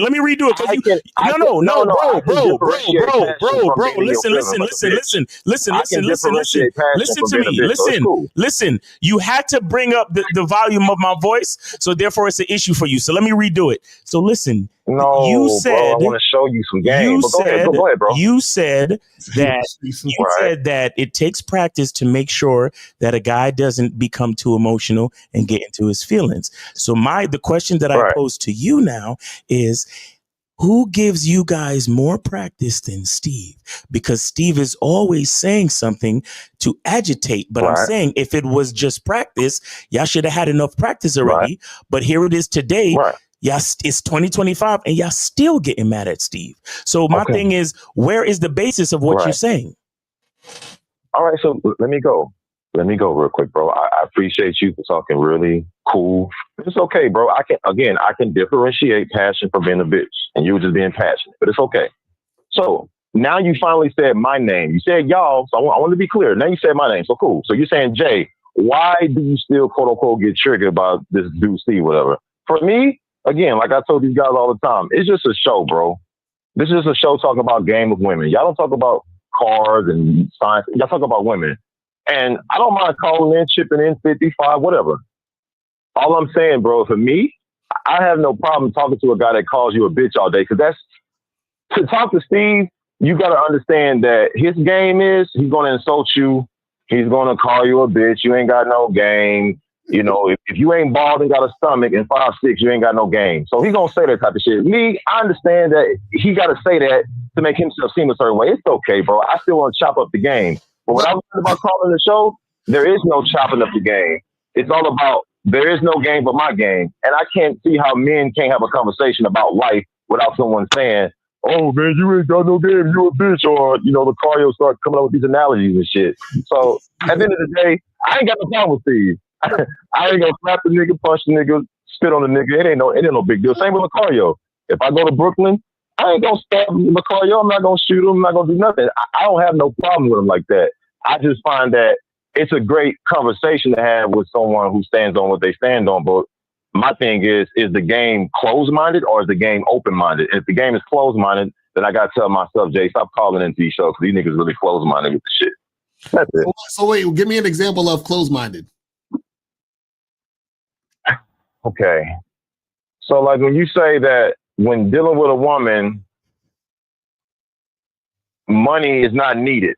That's like saying no money is needed when having a child or starting a business. I don't see the logic. So I try to ask you, can you talk about it? Oh no, man, there's nothing to talk about. If you got games, then you'll know. And I'm like, see, how am I supposed to see your perspective when you're closing it off to just game? Or if you have a game, you know. I'm like, bro, I'm trying to see what you know. Because if you know how to get $1 million, but you ain't telling me how to get it, how can I really connect with the vision that you got when you're keeping it closed off? Now, if you say, hey, I would tell you, but join my membership and I'll teach you. Now, I can respect that game. I can respect the hustle with that.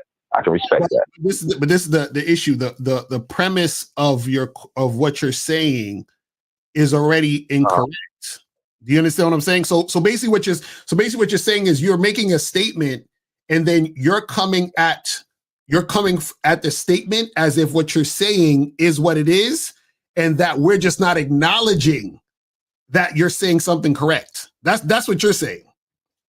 You see what I mean? It's like if I said, you know, you guys say that, you know, 2 + 2 is always 4, but you know, I don't know. Sometimes it could be 5.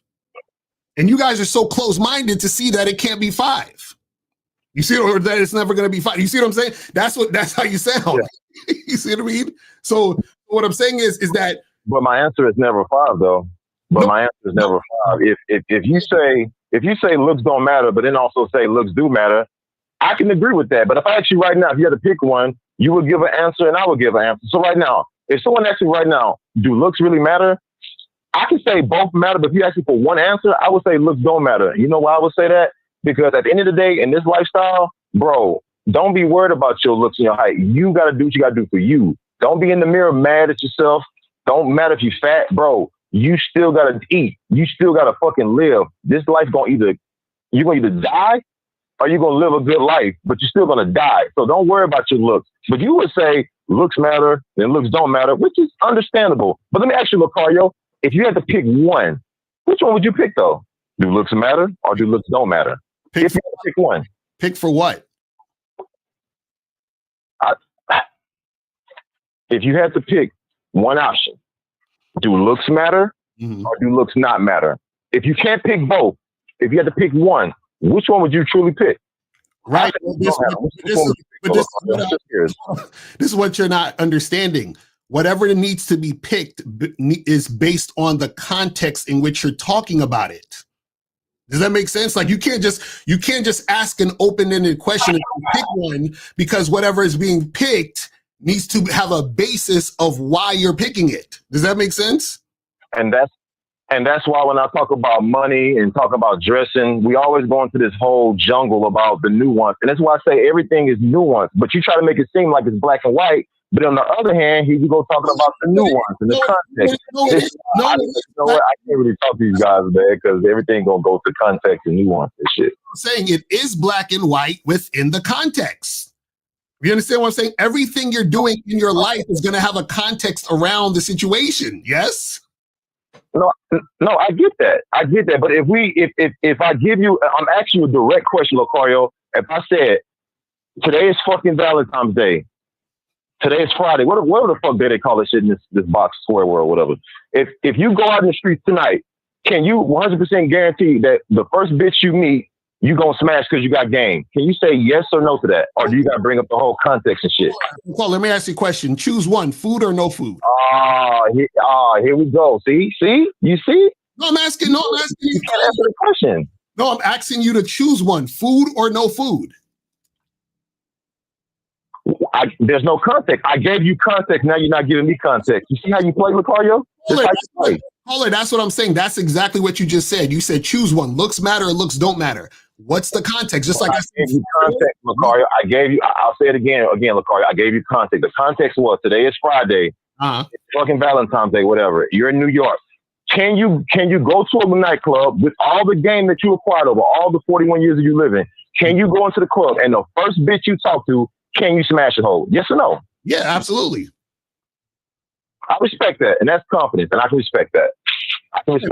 Right, but this is what I'm saying. What I'm saying is, bro, is that everything you're talking about still has to have context in what you're saying in order to actually have a conversation for it to make sense and for the person to learn.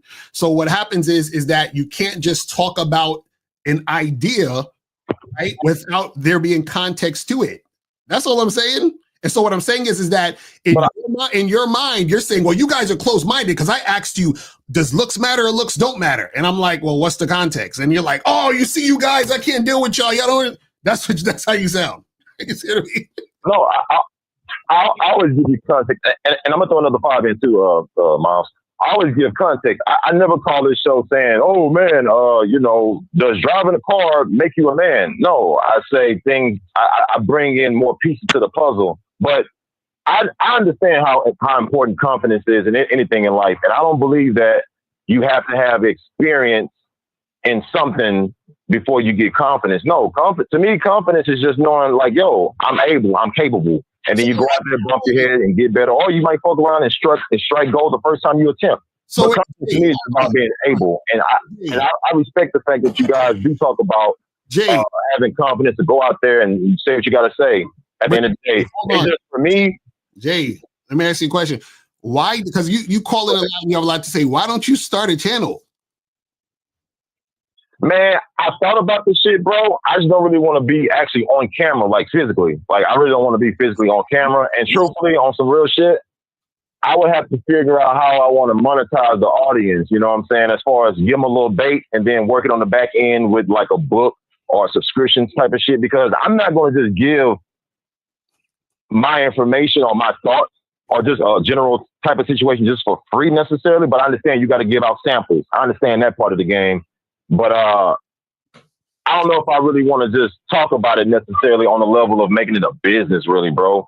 If anything, what I would do on some real shit, I would probably just blog. I'd be like, hey, I'm going to go to Miami. I'm going to go to Cali. Right, all I'm saying is that you fuck with some shit. And, y'all, if y'all want to look at that shit, check it out or some shit. Some bitches maybe too. That's what I'm saying. You have all this information, right? Obviously, there's certain things that we're not open-minded. So why don't you be the open-minded motherfucker and put it on your channel? You see what I'm saying?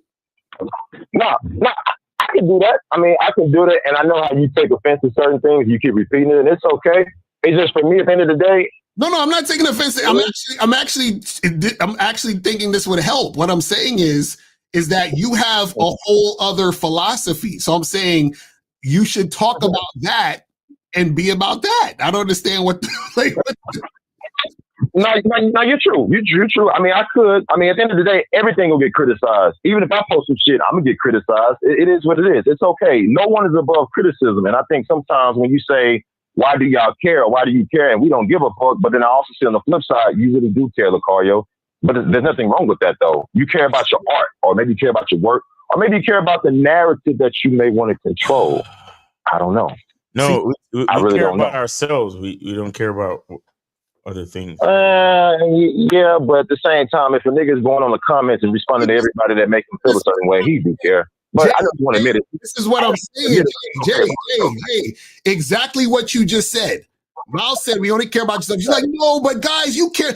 Do a show on that. That's what I'm saying. You should have a channel and say, hey guys, everybody cares. You know, what these guys are saying is ridiculous. That's insane. This is what really happens. Everyone cares about everything. You see what I'm saying? Do that. I don't understand why you do that. No, but I would no, doubt. But I wouldn't want to blow up or make it a situation where I'm dissing another black man necessarily for my channel. I don't mind having a conversation with you guys. Diss. It don't gotta be a diss. You just have a difference of opinion. Right. Yeah, but you know, I still got to be creative to have my own game. I can't come into the game. So guys, I'm new on the block. Hey, fuck Lucario, and because I don't want to come into the game like that. If I want to even jump in the game, I'll just talk about. If I did, I'll just talk about these are women, bro. These are women who like to go out in this public world, who want to achieve things, dress nice, drink liquor, whatever. They like to, go do things, bro. Just go out and holler at them. Go talk to them. See what's going on. You know what I'm saying? Listen. That night, start a conversation. When you finally put up the channel, let us know, and I'll be the first one to subscribe. You feel what I'm saying? Nah, you gotta do a collab, bro. You gotta do a collab with me. Okay. If you really want me to do it, do a collab. And I know that may sound like, no. No. I don't. If you really want to inspire me, if you really want to inspire me, I don't care about inspiring the game. I don't care about you doing. I'm saying when you do, I'll subscribe. Uh-huh. You know what I'm saying? That's what's up, man. I'll think about it, but I probably won't do that shit, man. Again, like I said on the last show, this is like entertainment at the same time, but I also learn things because you guys are businessmen. And I say, like I always tell y'all niggas, y'all are committed to the game. So I can laugh at shit, but I can also peep the underlying messages always. You know what I'm saying? I may talk my little shit here and there because everything can be criticized, but you guys handle y'all business. You guys go to different venues in different markets. Shit, rent out a building, market for months on months for an event. So I can never say, these niggas don't know what they doing. No, these niggas know what they doing. It's just sometimes, certain points can cause a conversation. That's all. That's it. All right. Well, listen, man. Yeah. All right, hey, we appreciate you. Thanks for supporting the show. Have a good weekend, brother. You too, man. Y'all enjoy yourself, man. All right, For sure. take it easy. All right. Yeah, we got 502. He hate to love y'all. 502. You on live with Lucario and Miles. What up, bro? Name age Hey, what's city. going on? Name age city. What did you send it? It's Phoenix 42. Nick 42. All right. Where did you send it? To Lucario's PayPal. Okay, that's what's up, man. Go ahead. I got you, Van. Yes, sir. What's going on? I said, no, I donated the 10, man, so we could have just some more calls. 2 free more calls, man. All right. All right. Well, all right. But I did want to make one little comment. What they keep Okay, if calling you in about, as soon as you about say the Steve comment, then that we just down to 1 free call, then nigga. So go ahead. Okay, well, no, I'll donate another 5 for this one comment because I need to say it about the Steve hate, man. They keep calling in and they keep hating on Steve and saying that he makes them feel bad, but not one time has one person ever said that he was wrong in his assessment. Mm-hmm. Right, that's a fact. They get all upset and they like, oh, well, he said this and this about me. Oh, he's this and this and this. But no one has said, well, he's lying about me, or what he said about me was wrong. So really, all Steve is doing is just exposing the lie that they already tell themselves. That's a fact. That's real shit. That's real shit. You hate yourself, young man. Exactly. Man, I'm a student of Steve's. Like, I get private coaching from him and all that stuff like that. And on them private coaching calls, I done been cussed out on the private coaching calls because I be fucking up. Yo, you know what I'm saying? But not one time is he wrong in doing that. And I don't sit there and feel all bad about it, nothing. And I'm like, hey, at least when y'all call in, y'all get cussed out for free. I pay to get cussed out. Yo, Phoenix, have you ever heard of a comedian called Josh Johnson? You sound exactly like him. Like you literally sound like the same guy. Like y'all sound exactly like each other. Like, look him up. You sound like y'all voice and your accent is the y'all the same. I think you might be him. That's how much you sound like this nigga. It's like, look him up. You gonna be like, yo, this dude sound just like me. Show. Yeah, look him up. It's Josh Johnson. You sound just like this nigga. I'm like, why he sound just like this motherfucker? It's crazy. That's crazy. I'm gonna look him up. But yeah, I'm gonna jump on back in, man. I'm gonna go ahead and donate another 5 so we can have 2 more free calls, man. All right. Appreciate you, brother. All right, y'all. I'll let y'all later. All right, take care. All right. So we got excuse me, let me speak softly. We have 402. You're on live with Lucario and Miles. 402. Yes. This man sounds spoken as fuck. Now, so I just want to clear some stuff up right quick. Wait. Who are you? How old are you, nigga? What's going on? It's Prodigy 32, man. Prodigy 32. Okay. And where did you send it? I sent it to Miles. I sent you. I sent okay. I got you. 2 donations at this point. I got you. All right. Yeah. All right. I got you. Go ahead, brother. I got you. So yeah, let me say this right quick. Look, man, I respect all of you guys, bro. All of you guys are on YouTube helping dudes out. It's just like the caller just said, he getting coaching calls from Steve. So, I mean, like, I don't like Steve, but I don't hate him. You feel me? I just don't agree with how he do things. But I mean, that's really not my jurisdiction to like change whatever he's trying to do. You feel me? Yeah. Like, I think he's right about some stuff. I think he's not right about some stuff, but that's just my opinion. You feel me? Right. And as far as like Ready Rock, as far as him, the reason why I say I like the way, he speak his mind or whatever is because anytime you call him to the show, he always say what's on his mind. Okay, Lucario. It's just like the time where I tried to debate you and you pretty much said no. But then Ready Rock called in right after me and he volunteered to debate you. I thought that was some real shit. You feel me? To debate me? About what? Speak his mind and not, like filtering himself or whatever. Like, I respect that. I like that. So that's really all it is, man. Okay. That's cool. All right, man. Appreciate you, man. Thanks for calling back. All right. Appreciate you, man. Yeah, man. All right. So we got 513. You were on live with Lakari and Miles. Name A City. What's up? What's up, Lucario? What's up, Miles? Hey, This what up, is Chris? 841 Cincinnati. Chris in the building. What's poppin'? What's up, man? Did you send it in? Where'd you send it in? Miles. Oh, I see it. There you go. I appreciate you, brother. Well, go ahead, man. What's on your mind? Yeah. Great topic today. Like I said, I've been on the Flock Talk. Like I said, please join us. Alex and Kite's channel. I think it starts at like 8 p.m. every Thursday. And I'm starting to realize a lot of things, Latario. The question to you is, when in the world did this courting and love language and all this stuff come from, man? Where did all this stuff come from? Like, why hasn't any man tested it to figure out, like, none of this stuff works? Well, the thing is, it works in the sense where it allows guys who have no game to follow women who have no game. That's basically what happens. That's all it is. You understand what I'm saying? But again, if you have game, that's not going to be your world. Your world is going to be your terms, how you like things, and how you create it. So a lot of times these guys, they're just following what society said and what a woman said because they're trying to get with that woman in particular. You know what I'm saying? Yeah. And it's like, wait a minute.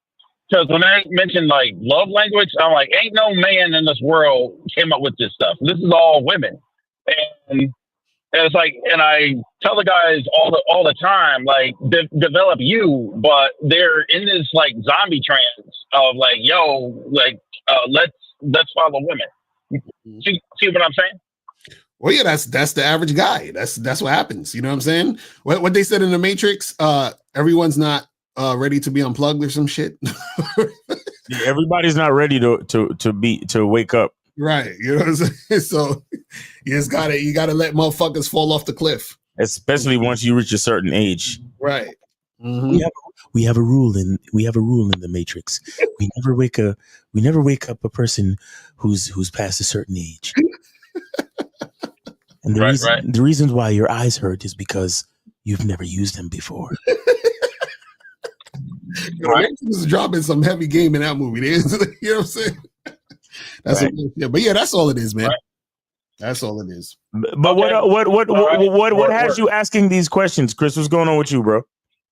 Well, because I was on the Flock Talk yesterday, and I said that I don't believe in courting women, and I believe in vetting. And man, I got roasted for that, man. I got roasted hard for that. Of course, you're gonna get roasted for that. Yep. See, Chris, this is why did you mention Lucario's name when you brought up vetting? Yeah, that's the second question. You see, I didn't see that's your platform. I didn't know how bro. You see, no, Chris. The reason why you're having a hard time, brother, and look, I'm cool with you. You've been a long time supporter, but here's why you're running into a lot of trouble, right?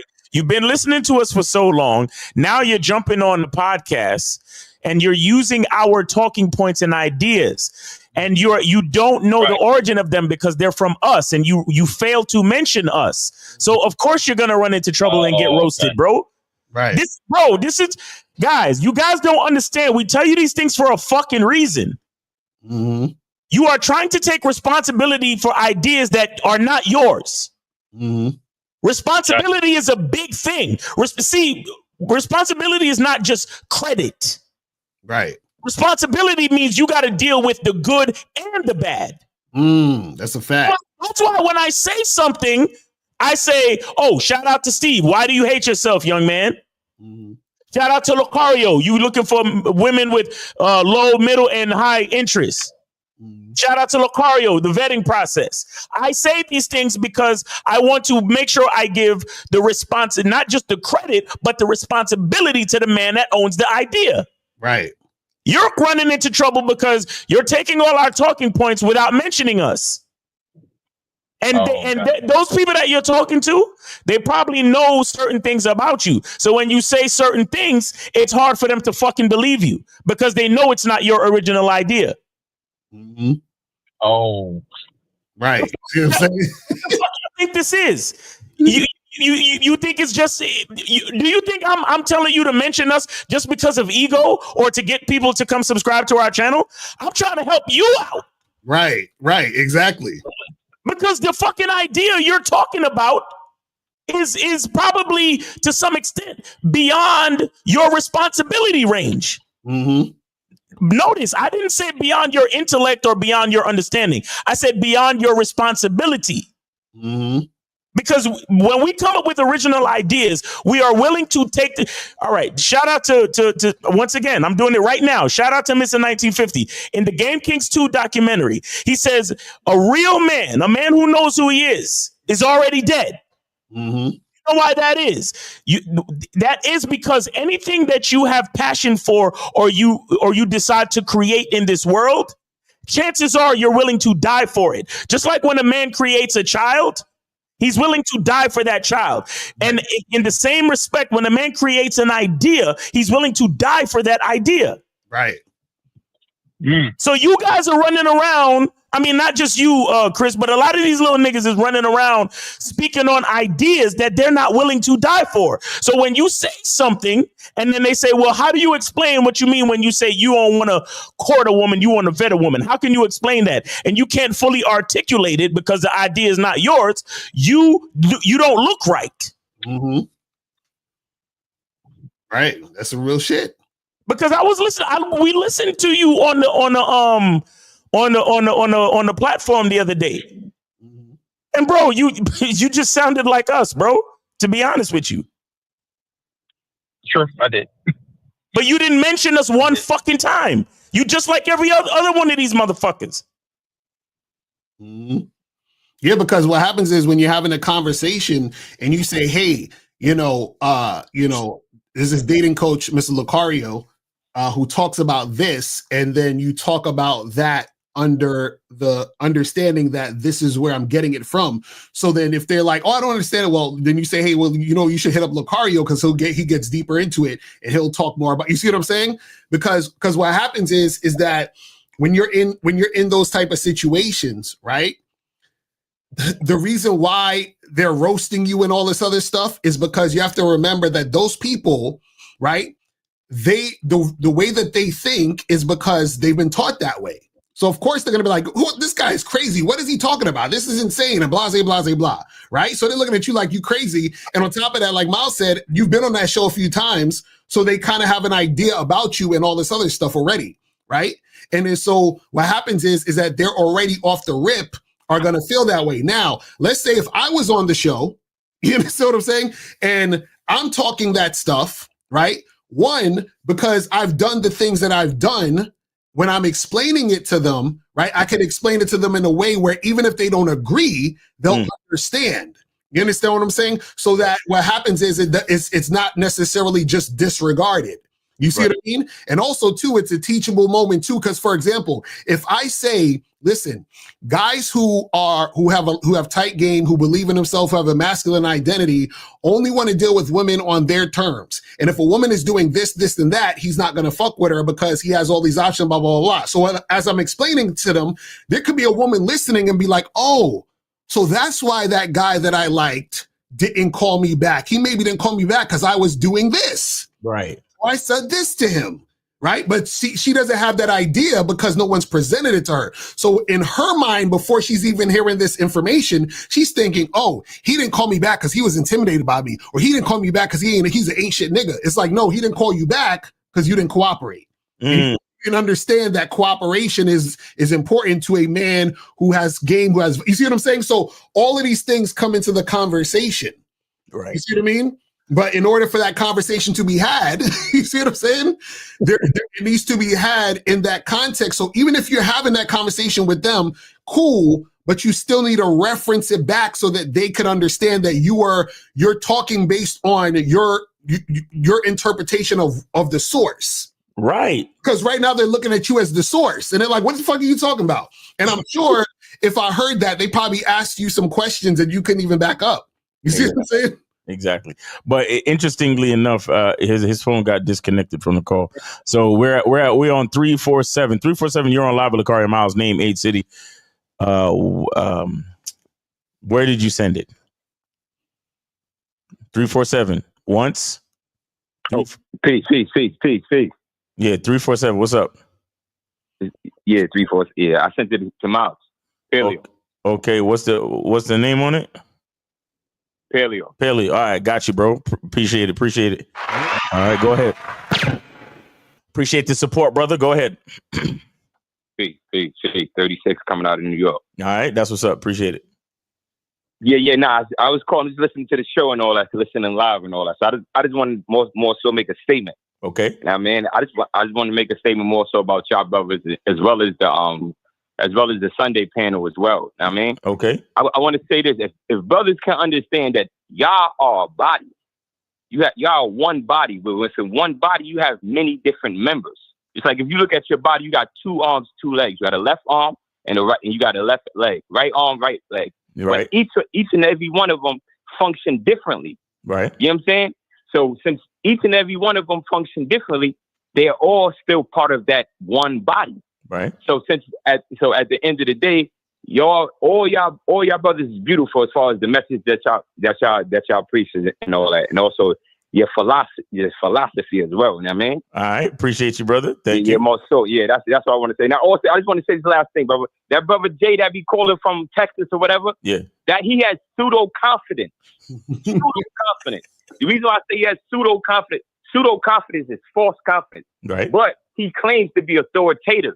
Right. He calls up always with a philosophy and trying to go back and forth with Lucario or whatever. But Lucario just put him on the spot and said, "Yo, why you don't make a channel and put yourself up there?" The nigga turned around and said, "Nah, I can't do it." Pseudo confidence. That's facts. You know what I'm saying? Nigga, I'm gonna give you some free game like this. If you don't want to put your face out there, do some vendetta shit, nigga. Put your face in a mask or something. Right. You know what I'm saying? Right. And get some good game out there. Right. Since you're so confident, Jack. Peace, brother. Peace. Appreciate that. And see, and that's what I'm talking about when I was talking about. And Caleb, I'm coming right to you. But that's what I'm talking about when I'm talking about the responsibility. Mm-hmm. And like the willingness to, like, you can look at it figuratively, you know, and you know, literally, but the willingness to die. Like when somebody says, "Oh, well, I have something to say, but I don't want to show my face on camera." What do you mean? Right. What do you mean when you say that? Mm-hmm. Oh, you want to put a message out there, but you don't want nobody to know who the message is really coming from. Right. And that's the same thing, for example, that Chris be doing on that other podcast. Mm-hmm. The majority of what he's talking about are ideas that come from us. Right. Not one time would you say, you know, shout out to Lucario, shout out to Miles. Mm-hmm. Not one time. Right. Again, it's the same type of shit like when we tell you, yeah, you could take what we say and go say it to a girl in the street, but more than likely it's not going to work. Mm-hmm. Because it's not you. Right. And guess what? Your audience can tell when it's not you. Mm-hmm. That's why you get roasted. Right. Now, check this out. We spit our real ideas and still get roasted. So what the fuck you think gonna happen to you when you try to take our ideas and pass them off as your own? Right. Exactly. Y'all dudes have no idea about this responsibility shit. But anyway, 239, Caleb, what's going on with you, bro? Caleb. 239, going once. Can you hear me? Yeah. What up, bro? This Caleb? Yeah. Well, let me go on mute. But yeah, this Caleb, you know who it is. I donated 5 to Miles. I appreciate it, man. Your age one more time. Age 20. Yeah. All right. What's up, man? How's it going? Hey, man. Look, when you were just talking about that guy that said exactly what you said, it kind of like gave them the perspective that, damn, those quote unquote debates really were teaching sessions, because you got to learn from a guy who's actually experienced something teaching the other guy stuff. So, having someone that's stealing the info. Now, shout out to Chris. I ain't knocking him, but that just kind of put in the perspective that, you know, there's something to learn from everything. Right. Mm-hmm. That's a fact. No, that's facts. That's fact. That's real talk. And, you know, and again, man, look, learning is a beautiful thing. And I know a lot of you guys hear the stuff that we talk about from time to time, and y'all get excited because you like the way we articulate it and stuff. But again, I really think it serves you better when you are able to reference and give credit where credit is due. There's so many things going on because, like I said, you share the responsibility, right? And that's number one. You show your audience that you have a certain level of respect, and guess what? It also helps you to organize your own thoughts so you can know when you've come up with a new idea. Exactly. Because there's a lot of motherfuckers out there that think that a lot of this shit is new. Like a lot of the shit that they saying is new. It's not new. It's because you heard it from somebody. Right. Exactly. You know that. When you don't acknowledge that shit, number one, you're being dishonest. So that's bad for your mental. That's bad for your soul. You understand? And so when you talk about masculine identity and being a real nigga and all that other shit, there's that little piece of you that knows, yeah, all that shit I was saying the other day was from somebody else. Right. You know what I'm saying? And so there's a little piece of you that can't be the realest nigga in the room because you know all of that shit you was talking about was from somebody else. You get what I'm saying? Right. But Caleb, go ahead, Ricardo. Just like when you guys saw the quote unquote debates with, you know, me with the pickup artist guys or whatever, if you notice, if you watch those back, there's a lot of questions that I asked those guys that they couldn't answer. Right. Because everything that they're doing is not based on them. It's based on what they've been taught as far as being a pickup artist. Exactly. So they haven't experienced anything that they haven't experienced the basis of what they are doing. They're just following what they read or what someone else told them.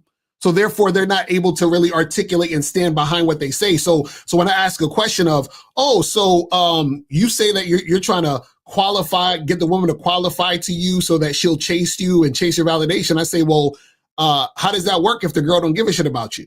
You understand? Like she's not attracted to you in the first place initially to try to chase. And it's like they never thought about that because they're just going based on what they were taught. They were taught, hey, if you do this, then the girl's going to do this. But they never stepped back and said, oh, I never realized that, or they haven't been in real life situations to actually see that play out to the extent to even think about that situation in that context. You see what I mean? It's crazy.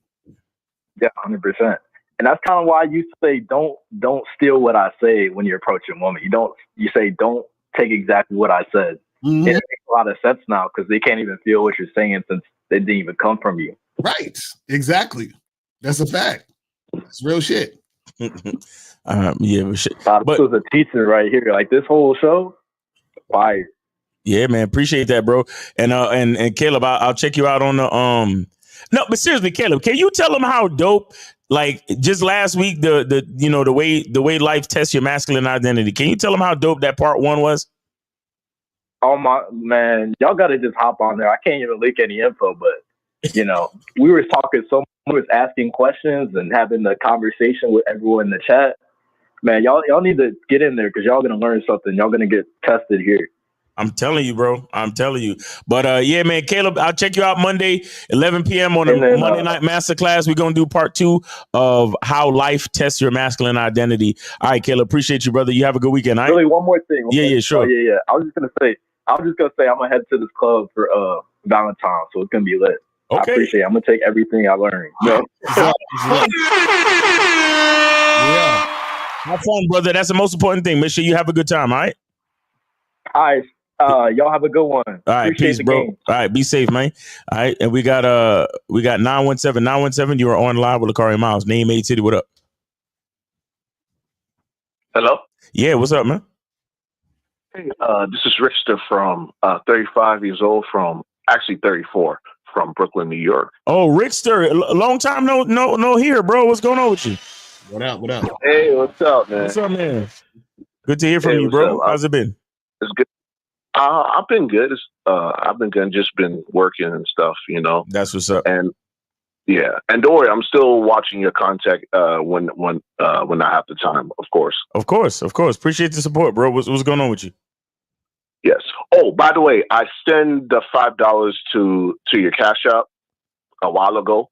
Let's just say Capricorn 2477. Okay. All right. So what's going on? So what's your question? Oh, okay. It wasn't a question. I was wondering if I could just say like a little statement with a story. Adoy, it's just going to be real quick. You know, a story is $10. You know, a story is $10 per story. And he sent 5. So I don't know, bro. What are we doing? It's a statement. It's a statement is 5. A question is 5. Statement is 5. But a story is 10. Oh, okay. Statement then. Ooh. Okay, go ahead. All right. So you guys been it's just that earlier today you guys talk about most dudes are not ready to put into work when it comes to relationships. And that's very true because I was one of them. I was really one of them. I wasn't ready for the commitment. I wasn't ready for being the leader towards your significant other. I'm just saying, in order for you to really have a relationship, you need to have leadership skills. Right. That's what I'm saying. Mm, that's a fact. Otherwise, sorry. Go ahead. Sorry. Oh, no, you good. Go ahead. Yeah, I was going to say, otherwise, let's say that you're in a relationship unprepared and that person is leaning towards your leadership and your mindset, and you don't know what to do because you're in the hot seat. Rather than say, hey, it's my fault. I don't think we're going to work this out. We should move on. They usually bring other people instead of themselves. Mm. Mm. So that's definitely when a lot of guys got to understand being in a relationship is a responsibility because you're a leader. You understand what I'm saying? And also it's a responsibility for a woman too because she has to do her part on her end. But when we're talking to you guys out there, there's the element that guys don't think about when it comes to this, and this is not just for this is for any other situation in life. Like a lot of people, for example, some people want to be entrepreneurs, but they don't realize the responsibility, you know what I'm saying, it takes to be a entrepreneur, and especially at certain types of levels. Like, like you have people who run billion-dollar companies. That's a different level than somebody who's, making 6 figures. You feel what I'm saying? And so it's like, it's a different level of responsibility. If people want to be parents, different responsibilities. It's always something that goes along with the thing you say you want. And if you're not ready for that, then it's going to be tough.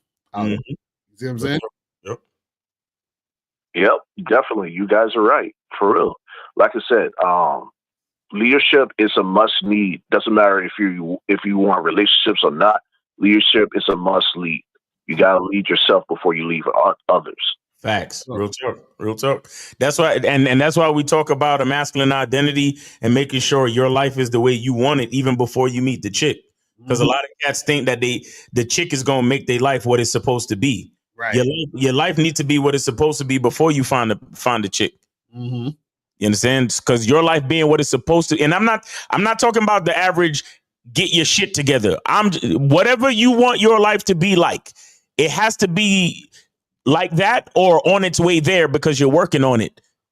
That's what's going to make you that's what's going to really garner and produce attraction for real. Right. Because you're designing your life, you're designing your program, your lifestyle, how you do things, your schedule, all of those things. You have to design it yourself. So, and that takes leadership. You got to lead yourself. You got to be consistent. You got to do all those things. All those things are the things that are going to make you a certain type of man. And that's what's going to garner real attraction with the compatible females that are for you. Mm-hmm. Real talk. All right, man. Well, we appreciate the call, fam. Yeah, leadership starts with yourself. Yep. Definitely. Thank you guys. All right, Thank bro. you for taking your time. Yes, sir. Great call, man. Appreciate you. Thanks for supporting the show. All right. So yeah, that's pretty much it. We on OT. All right, cool.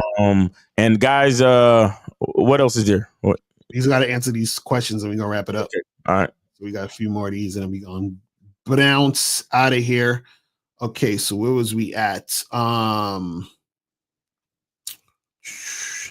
Said, so what are your thoughts on game with faith or confidence? You know how Curry shoot the 3, but don't need to see the 3 swish. Is your confidence connected solely to the outcome only? No. So the thing is that what happens is you because you're confident, the outcomes are attached to the fact that you're that confident motherfucker. So if Steph Curry's shooting these threes, right, he's confident that he could shoot the threes, right, which is why he started to do it in the first place. You understand what I'm saying? So even the thought of wanting to make something happen, you have to think of it and then take action first. You see what I'm saying? And then once you take action, you start to say, oh, I'm good at this or I'm not good at this. But then you can get better at the thing. And then when you get better at the thing, right, you just reinforce to yourself, oh, cool, I'm able to do it or I can make it happen. But it had to start with you first thinking you can do it in the first place or else you wouldn't have done anything. You see what I'm saying? See, I'll say this. Steph Curry turning around before he sees the ball go through the net, that has nothing to do. I don't know if that has anything to do with real confidence. That has more to do with believing in the work that he put in and the practice. Right. That has to do with the feeling of the feeling, the muscle memory, the way the ball feels coming off his fingers. He knows he's practiced it so much that he feels that his attempt was good enough that should go in. Right. Mm-hmm. You know what I'm saying? So I think what you guys miss from it is that confidence has nothing to do with the outcome. It has everything to do with preparation and identity. Mm-hmm. You understand? If you know that you're that guy, then that's what you know. Whatever happens after that don't mean nothing to you. Right, because the outcomes that you even are thinking about happening is going to happen. Like, so if Steph Curry shooting the threes, right, he's probably not going to get every fucking basket in, but he's going to get baskets in. He's going to get baskets in. Truthfully, Steph Curry don't need to look at any of the shots he put up. Right, exactly. Nobody really needs to look at any of the shots they put up. Right. Literally every NBA player can shoot the ball and just start running back on defense if they wanted to. Right. Because it's going in or it's not. Exactly. The only reason why you look is to see if there's a chance to get a rebound or some shit like that, because that's a part of playing the game. But as far as the actual shot itself, you don't need to sit there and wait to see if it goes in. Mm-hmm. Exactly. You understand? The confidence is in yourself and your ability to make the attempt. Right. That's where the confidence is. And that's where it stops. Mm-hmm. Anything beyond that has nothing to do with you. That's what y'all don't understand. You can't force a woman to like you. You can't force a woman to say yes to going out on a date with you. You can't force that. Mm-hmm. The only thing you could do is say to yourself, it's gotta be a few bitches out there that want to go on a date with a nigga like me, because I'm that nigga. Mm-hmm. You know what? I'm gonna go out here and I'm gonna shoot. Right. Y'all care too much about what these bitches say because y'all waiting for their yes to validate your value. Mm-hmm. Real talk. So this says, Miles, do you record the Monday masterclass for the people who can't make it to the Zoom at that time?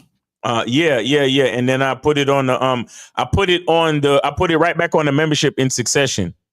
Nice. I don't put it right away, but I put it in, because every month is a new joint. So I put them as the months come in. Right. It says, have you guys made a mistake and approached the same woman on 2 different occasions and she rejected you? I didn't know she changed her hairstyle. Your thoughts on that? I can't even remember if that happened. So I don't know. Yeah. It could have. I wouldn't even remember at this point. But it's whatever. This says, girl, use the excuse she is celebrating Valentine's Day and not spend time with you, but willing to see you another day. I guess weekend. Is it medium/low or medium to high interest in seeing you? It's me. Well, first of all, my question to you would be, why are you trying to see a girl on Valentine's Day? Right. You know what I'm saying? That's one girl. You know what I'm saying? That's a mistake on your part. But the thing is that in that situation, right? It could be medium interest because also she's probably thinking like, why are you trying to see me on Valentine's Day? You see what I'm saying? See, this is the paradox dealing with women. It's like I said before, like you'll be on a dating app and the chick will look at you like, why is he on a dating app? but she's on a dating app too. You see what I'm saying? So it's like there got to be something wrong with him. Yeah, you see what I mean? So she's like, what's wrong with him where he's trying to see me on Valentine's Day? What is going on with it? Right. Even though they want to feel the feelings of, Valentine's dealing with a guy. It's hilarious. You say, would it be fair to say that if you were to make a pie chart of traits sexually attractive to women, would behavior and communication skills have the largest slices compared to appearance? Well, this is the thing. You could do that if you want, but y'all motherfuckers love statistics and numbers and all these things. You asked about a pie chart. You literally asked about a pie chart. What kind of nerd shit is this? That's what I'm saying, dude. This nigga asked about a fucking pie chart, bro. That's how these guys want to learn shit. But it's like, is this what's gonna make a bitch pussy wet? A pie chart? No, I'm telling you, that's some of these niggas' game. This is why they be like, hey, girl, statistically speaking, you should be attracted to me because I went to the gym at least 4 times this week. And, it's like, that's how these dudes think. You know what I'm saying? Imagine going up to a bitch and be like, so listen, young lady, so if I had to make a pie chart, what would you say was the most important sliver of the pie that makes your pussy wet? What would you say? Y'all niggas is wild, bro. Like, this shit is funny. Says, could you break it down as to what an option is? Can a medium interest woman be an option? Can a woman that you have to spend 3 hours with or buy dinner each time considered an option? No. So the options are only women who deal with you on your terms. That's it. If she's not dealing with you on your terms, she's not an option. You see what I'm saying? So if any of you guys out there simping, tricking, dealing with women who's giving you resistance, those are not options. Right. It says, to clarify, you use a filtering process of taking a pool of women that you find physically attractive and single and filter out for high interest, then filter further for compatibility in your program. Well, yeah, that's basically what it is that you're putting the woman through the process. So you might see a chick that you're attracted to, and then you communicate with her and interact with her. Is she cooperating? Yes, cool. Then we keep it going. Is she not? Then we keep it pushing. The problem is that what most guys will do is they'll see a woman, they're attracted to her physically, she's not cooperating, and they'll still chase her to try to make something happen. You understand what I'm saying? So that's the problem with a lot of guys out here, where they'll just be like, oh, but she's so bad, I'm gonna still try to. It's like, nah, bro, you guys are insane with that shit. I said, if men stop approaching women, you don't think we can get the power back in society? All these dudes is simps and messing the game up. What? Listen, y'all wouldn't want women to approach men. Trust me, because y'all would get your feelings hurt. You understand what I'm saying? or you wouldn't know what the fuck to do any damn way. Exactly. Even if they did approach you, that's a fact. So yeah, trust me, I don't want that shit. So Mike Tyson once said, punches are born, not created. Is it the same with confidence? That some men are born to be confident and other men will never be confident no matter how hard they try. Guys, just see, all being confident is recognizing who you are. That's it. So the only reason some guys are not confident is because they don't recognize. It's that simple. You know what I'm saying? You said you heard the new Drake and P&D. Is it too much women worshiping? I just don't understand it. It's R&B type shit, so that's how the songs go. But it's a lot of singy shit. Yeah, so it's like a R&B album type shit. Oh, that's horrible. Yeah. So it's like, I fucks with it. You know what I'm saying? Like, I like that shit. I can't stand when Drake is on his R&B shit. So you probably ain't gonna like it then. You see, Kendrick won the beef. Now he don't want to rap no more. He on this fucking. I think he got like 2 rap songs on there. That's about it. You know what I'm saying? But everything else is singing. I can't take when Drake be on that fucking R&B shit. I don't like that shit. Every song.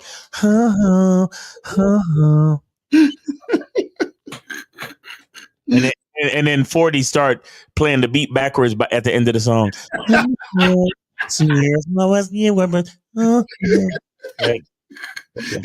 how that shit sound too. It sound like that old school shit they be doing. That's can't stand them niggas. You know what it is? It just took you up until now to realize that Drake can't really sing. That's what happened. You didn't realize until later. You know what I'm saying? Like that. You're like, damn, this nigga is like, what? Nigga? He ain't got no range. We're going home. See, because what happened was when Drake first came out, we got tricked. We was like, yo, he can rap and sing. Yo, that's crazy. Everybody was like this. They was like, you know what I'm saying? And then now that they've heard him long enough, they're like, this nigga, he can't really sing that great. You know what I'm saying? So now niggas is hating. Oh man. It says, Mr. Carl Miles, do you guys have any recommendations on spiritual books on achieving a higher consciousness? I say check out anything by Anthony DeMello, Wayne Dyer, who else? Alan Watts, or you can just Google these niggas on YouTube. They got a lot of different videos and shit. You know what I'm saying? Conversations with God. Conversations with God. Fact. That's a dope ass book. Facts. Yes, son. All right, what's next, Miles? You gotta get that Sephora deal yet? Not yet. We working on it though, Sean. We working on it, Sean. Word the Ready Rock, Sean. We working on it, Sean. This is how does a man not get in his feelings when getting a lot of pussy? What? What are you talking? How do you not catch feelings for the bitch when you getting pussy? That's what you mean. Oh my God, y'all niggas. You have to love yourself more, then you won't get feelings. You know what I'm saying? Guys, get out of your feelings. Ain't no money there. Right, exactly. I got that off of Instagram. Says I'm on a Max Sunday membership, but how does one enter for the first time on the Monday night calls? You have to. I send out the email. I send out the email with the link at around 10:50. Just watch your email Eastern time, of course, Eastern time. So make sure you just watch your email Eastern time. That's what's up. So you said, do you think it's easier to pull girls tonight who are out for Valentine's looking for a man? It could be easier, but if you don't know what you're doing, it's not gonna matter.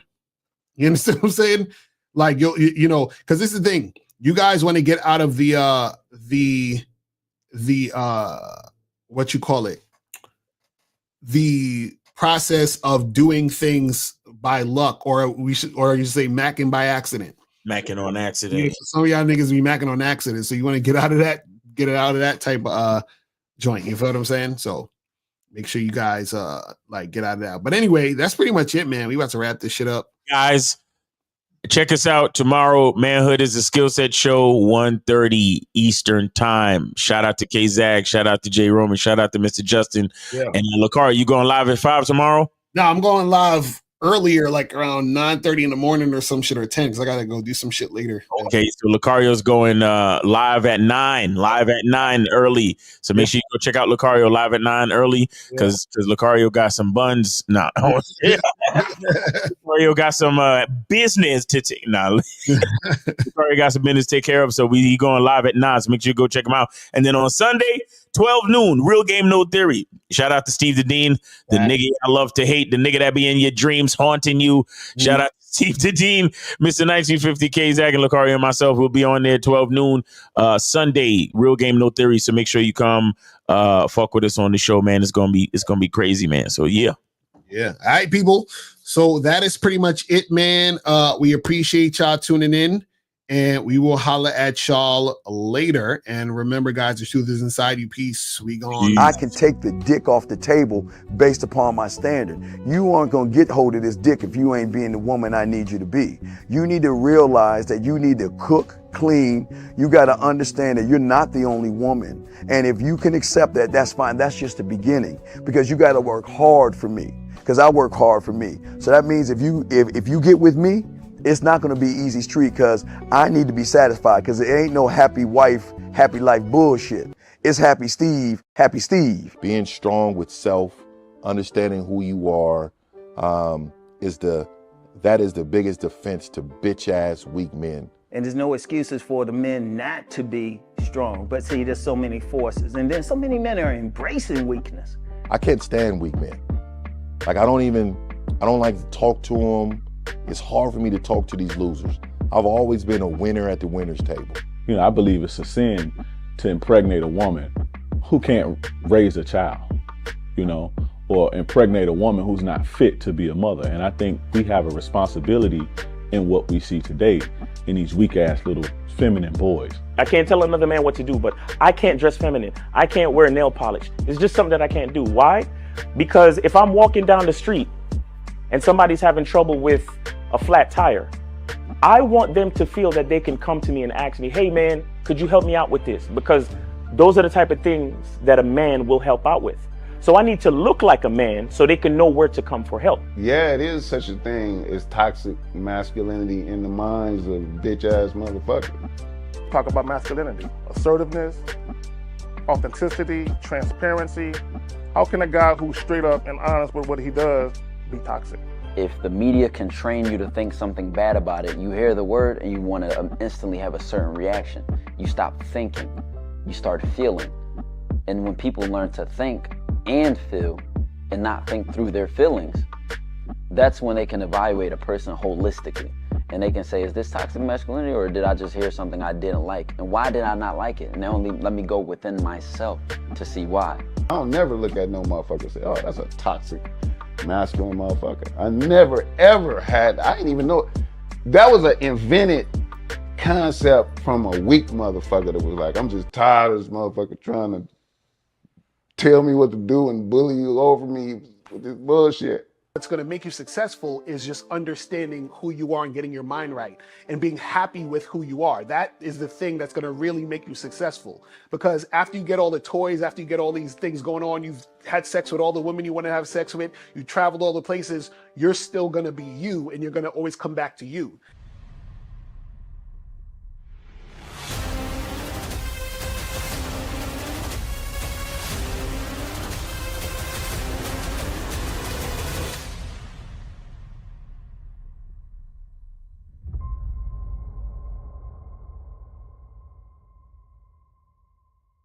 Why do I do this? Why are we even doing this documentary? I want guys to be in the best position possible. There's no way that I'm raising my voice or calling you a bitch ass nigga because I'm trying to hurt your feelings. I'm calling you a bitch ass nigga because you're doing bitch ass nigga shit. And if you continue doing bitch ass nigga shit, you're going to end up in bitch ass nigga situations.